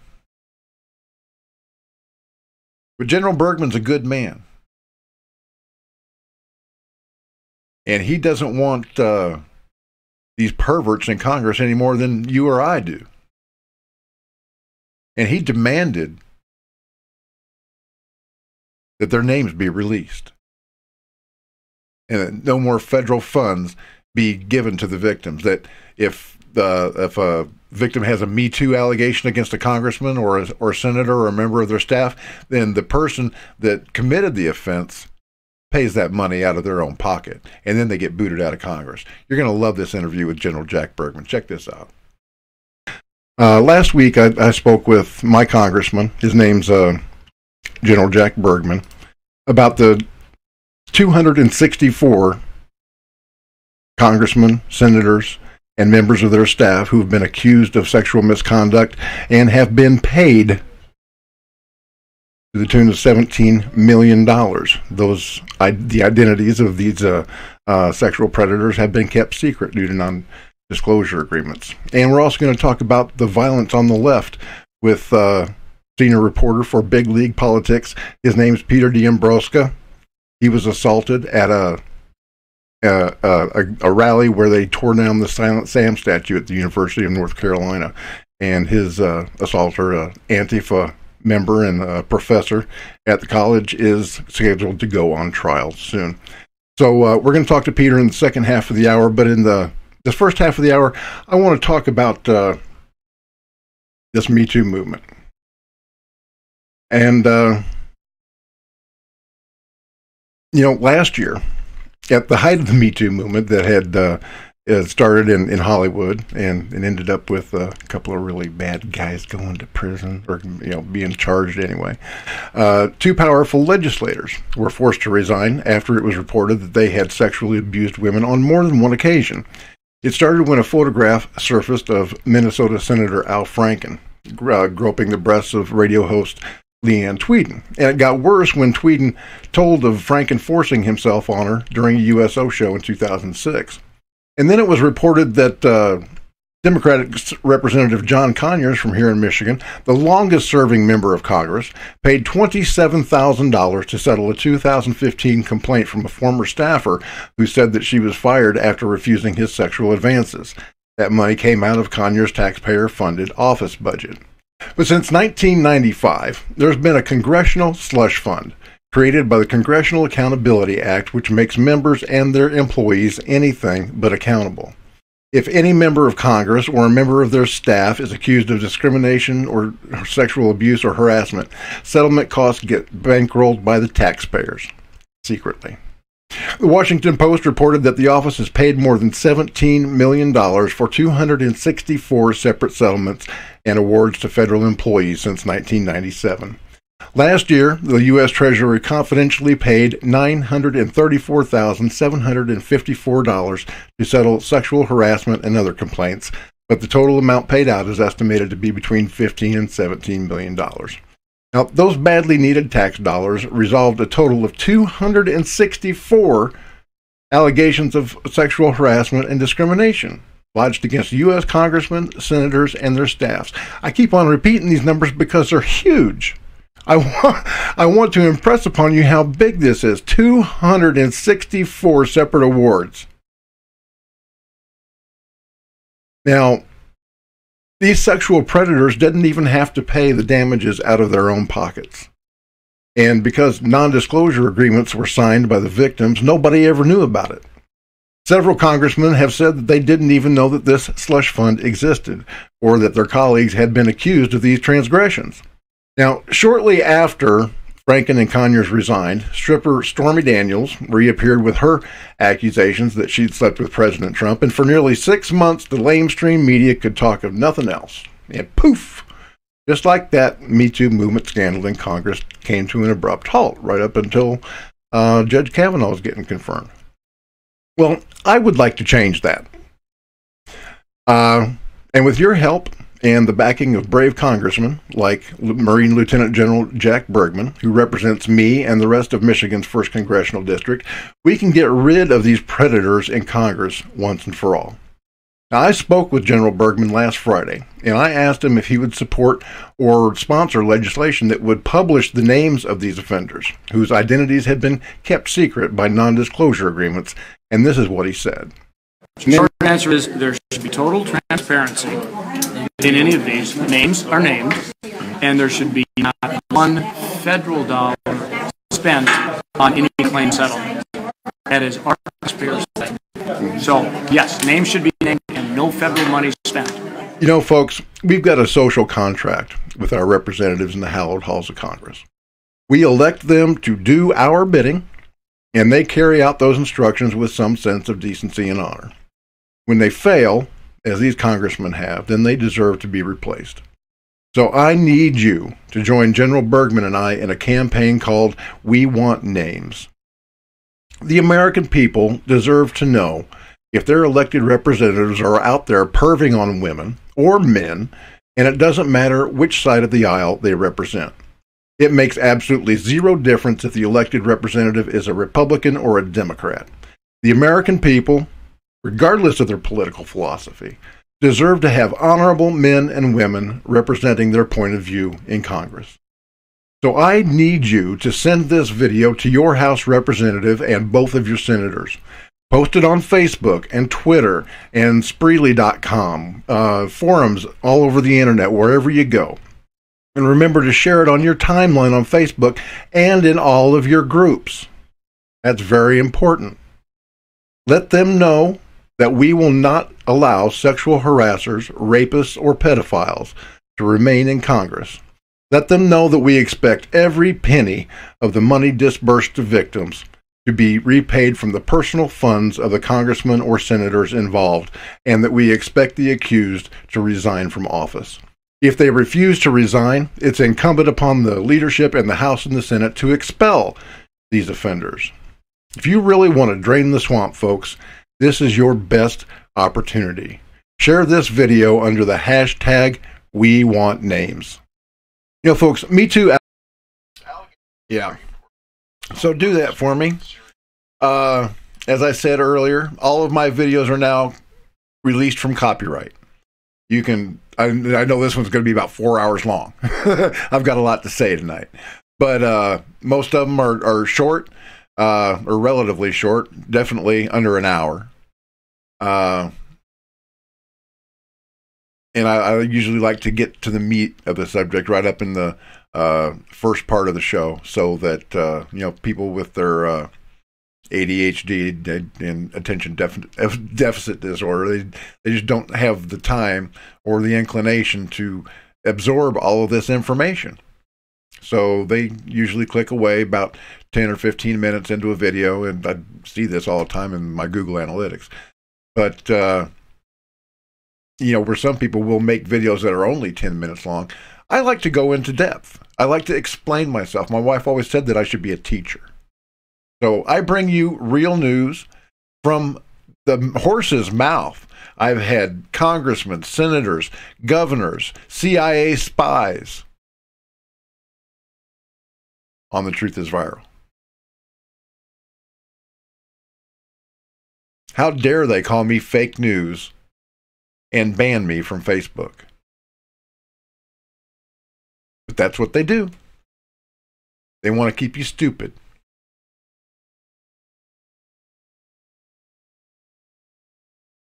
You know, if I have anything to say about it, I'm not going to let them.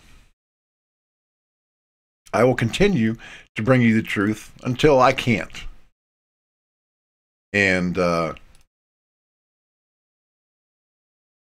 if I have to wear a sandwich board Get a megaphone like Pete. That's exactly what I'll do. We could use your help, though, because it does cost money to operate basically a television station. I'm doing the 4 jobs of 4 people simultaneously right now.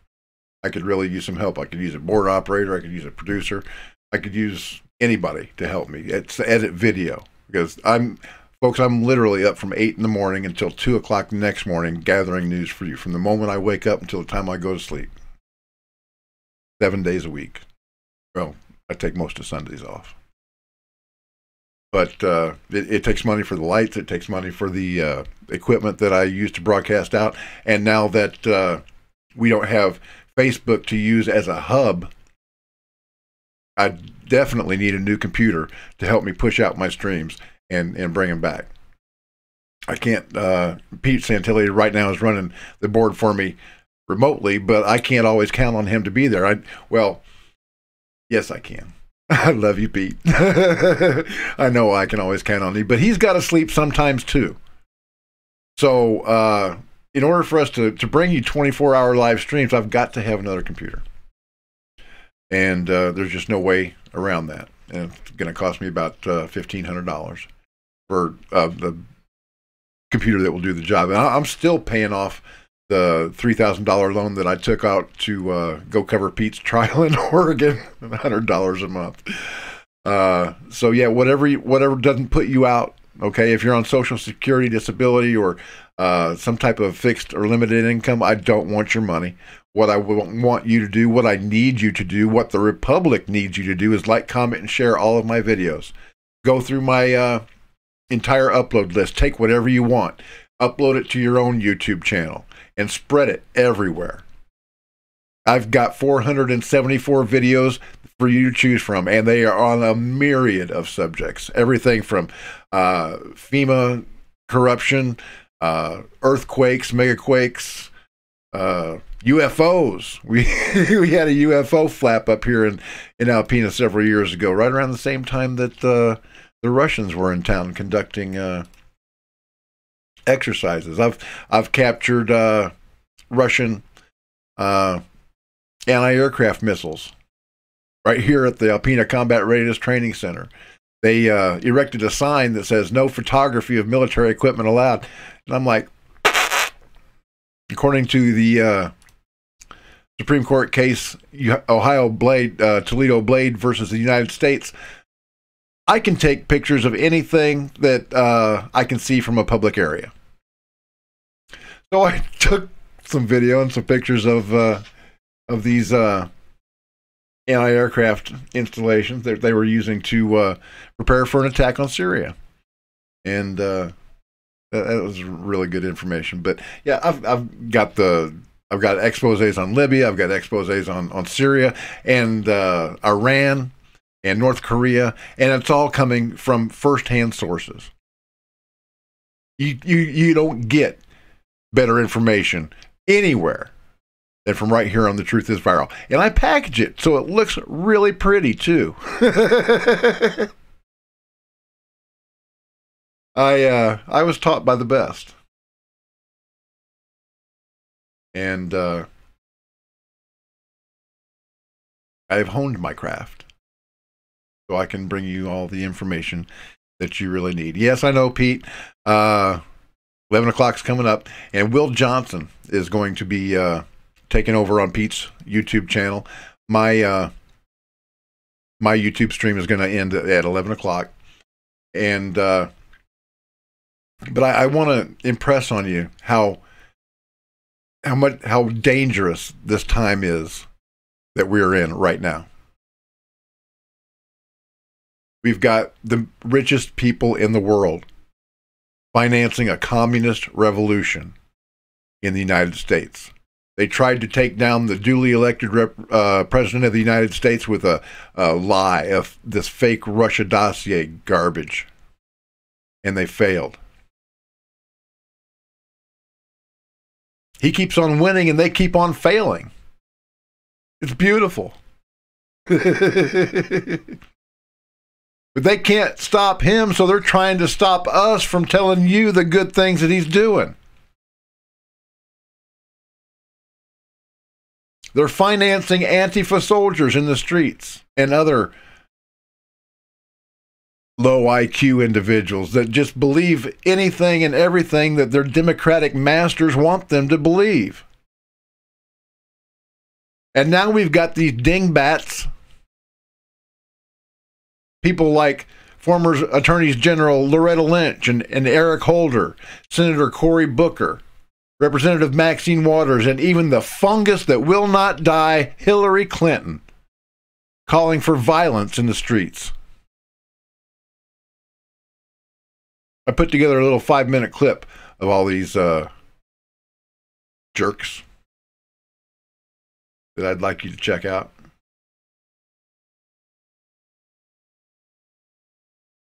It's real quick, and it will show you the depths that they'll sink to, the lies that they'll tell, the utter depravity of these demonically inspired bastards.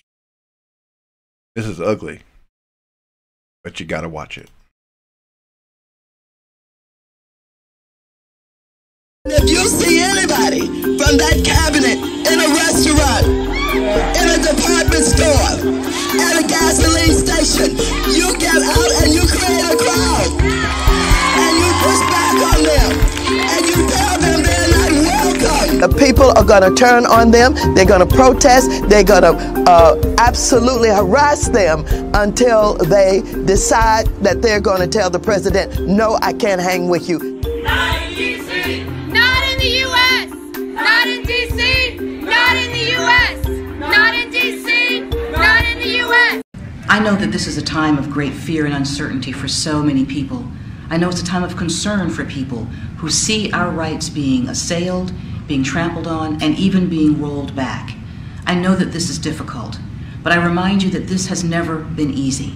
We have always had to work to move this country forward to achieve the great ideals of our founding fathers. And it has been people, individuals who have banded together, ordinary people who simply saw what needed to be done and came together and supported those ideals, who have made the difference. They've marched, they've bled. Yes, some of them have died. This is hard. Every good thing is. We have done this before, we can do this again. They have used the power that they have gotten for all the wrong things. They want to keep themselves in power. They want to cater to the special interests. It is time for us as Democrats to be as tough as they are, to be as dedicated as they are, to be as committed as they are.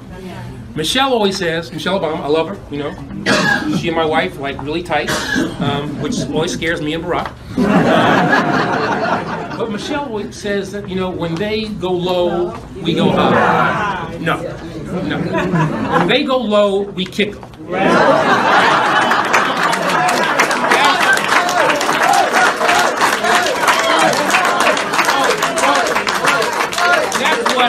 That's what this new Democratic Party is about. We're proud as hell to be Democrats. We're willing to fight for the ideals of the Democratic Party. We're proud of our history, we're proud of our present, and we're proud of the future that we can create for this country. And we're not in this just to make a statement. We're in this to win. Yes. Before I end, that's my call to action here. Please don't just come here today and then go home. Go to the Hill today. Get up and please get up in the face of some Congress people. You cannot be civil with a political party that wants to destroy what you stand for, what you care about. That's why I believe if we are fortunate enough to win back the House and/or the Senate, that's when civility can start again. But until then, the only thing that the Republicans seem to recognize and respect is strength. I was there at the ball field when Stephen Scalise almost died from a very, very angry, violent man who was incited really by rhetoric on the left. And this hasn't been reported enough. When he came onto the field with a semi-automatic weapon, firing probably close to 200 shots at us, shooting 5 people and almost killing Steve Scalise, he was yelling, "This is for health care." He also had a list of conservative legislators, Republicans in his pocket that he was willing to kill. So what happens when Democrats say get up in their face, they need to realize that there are a lot of unstable people out there. There are people with anger issues. There are people that are prone to violence. They might even live next door to you. You don't know where these people are. But what we shouldn't do is incite people to violence. But getting up in someone's face really kind of does sound like you want them to get nose to nose with them. And the problem is rational people might back down. But what's going to happen when the guy comes with a gun to a rally or comes with a knife to a rally? There is going to be an assassination if this doesn't ratchet down, and I think the other side needs to really calm the rhetoric down. Yeah, they do. They need to chill out. Thank you for watching while they still have with your host, Bobby Powell. while they still have the opportunity. We're just about out of time, folks. I need to get off of here because over on Pete's channel, Will Johnson's coming up next. This guy is great. He's been invited to meet the President of the United States. He's really something, and you're going to enjoy his show. So make sure that you stick around on Pete's channel for that. And I'd like to remind everybody, if you have the ability, please go to bobpowell.blogspot.com and hit that PayPal button so that I can afford to prosecute my mission of saving lives and winning souls for Jesus Christ in these very last days. I need your help. If you can't donate physically, then like, comment, and share all of our videos. Take every video that I've got, download it, re-upload it to your YouTube channel, and spread the truth everywhere. We will win this battle. God does not send us out to lose. He sends us out to win. And I've read to the end of the book, folks. We win big. So take heart. Love your neighbor. Don't ever take leave of your family without telling them that you love them, because we are in dangerous times. And keep each other and me in your prayers, because we are on the front lines and we're putting it all out there. I'll be back with you Monday night around 7 o'clock, I guess. We're going to get this schedule worked out here on Liberty One, so that now that we don't have Facebook to stream to anymore, well, it's just going to take a little bit of doing, a little bit of rescheduling. But Liberty One is strong. We're like the phoenix. We're going to rise from the ashes. They can't stop the signal. Not with you guys having our backs and our flanks. We'll take point. Thank you for watching The Truth is Viral. My name is Bob Powell. Have a great Friday night, everybody. As always, God bless, Semper Fi, and Hoorah. Have a great weekend. Thank you for watching The Truth is Viral with your host, Bobby Powell. Make sure to follow The Apocalypse on Twitter @The Truth is Viral. Like The Truth is Viral on Facebook, and if you can, please remember to donate to the cause via PayPal at www.bobpowell.blogspot.com.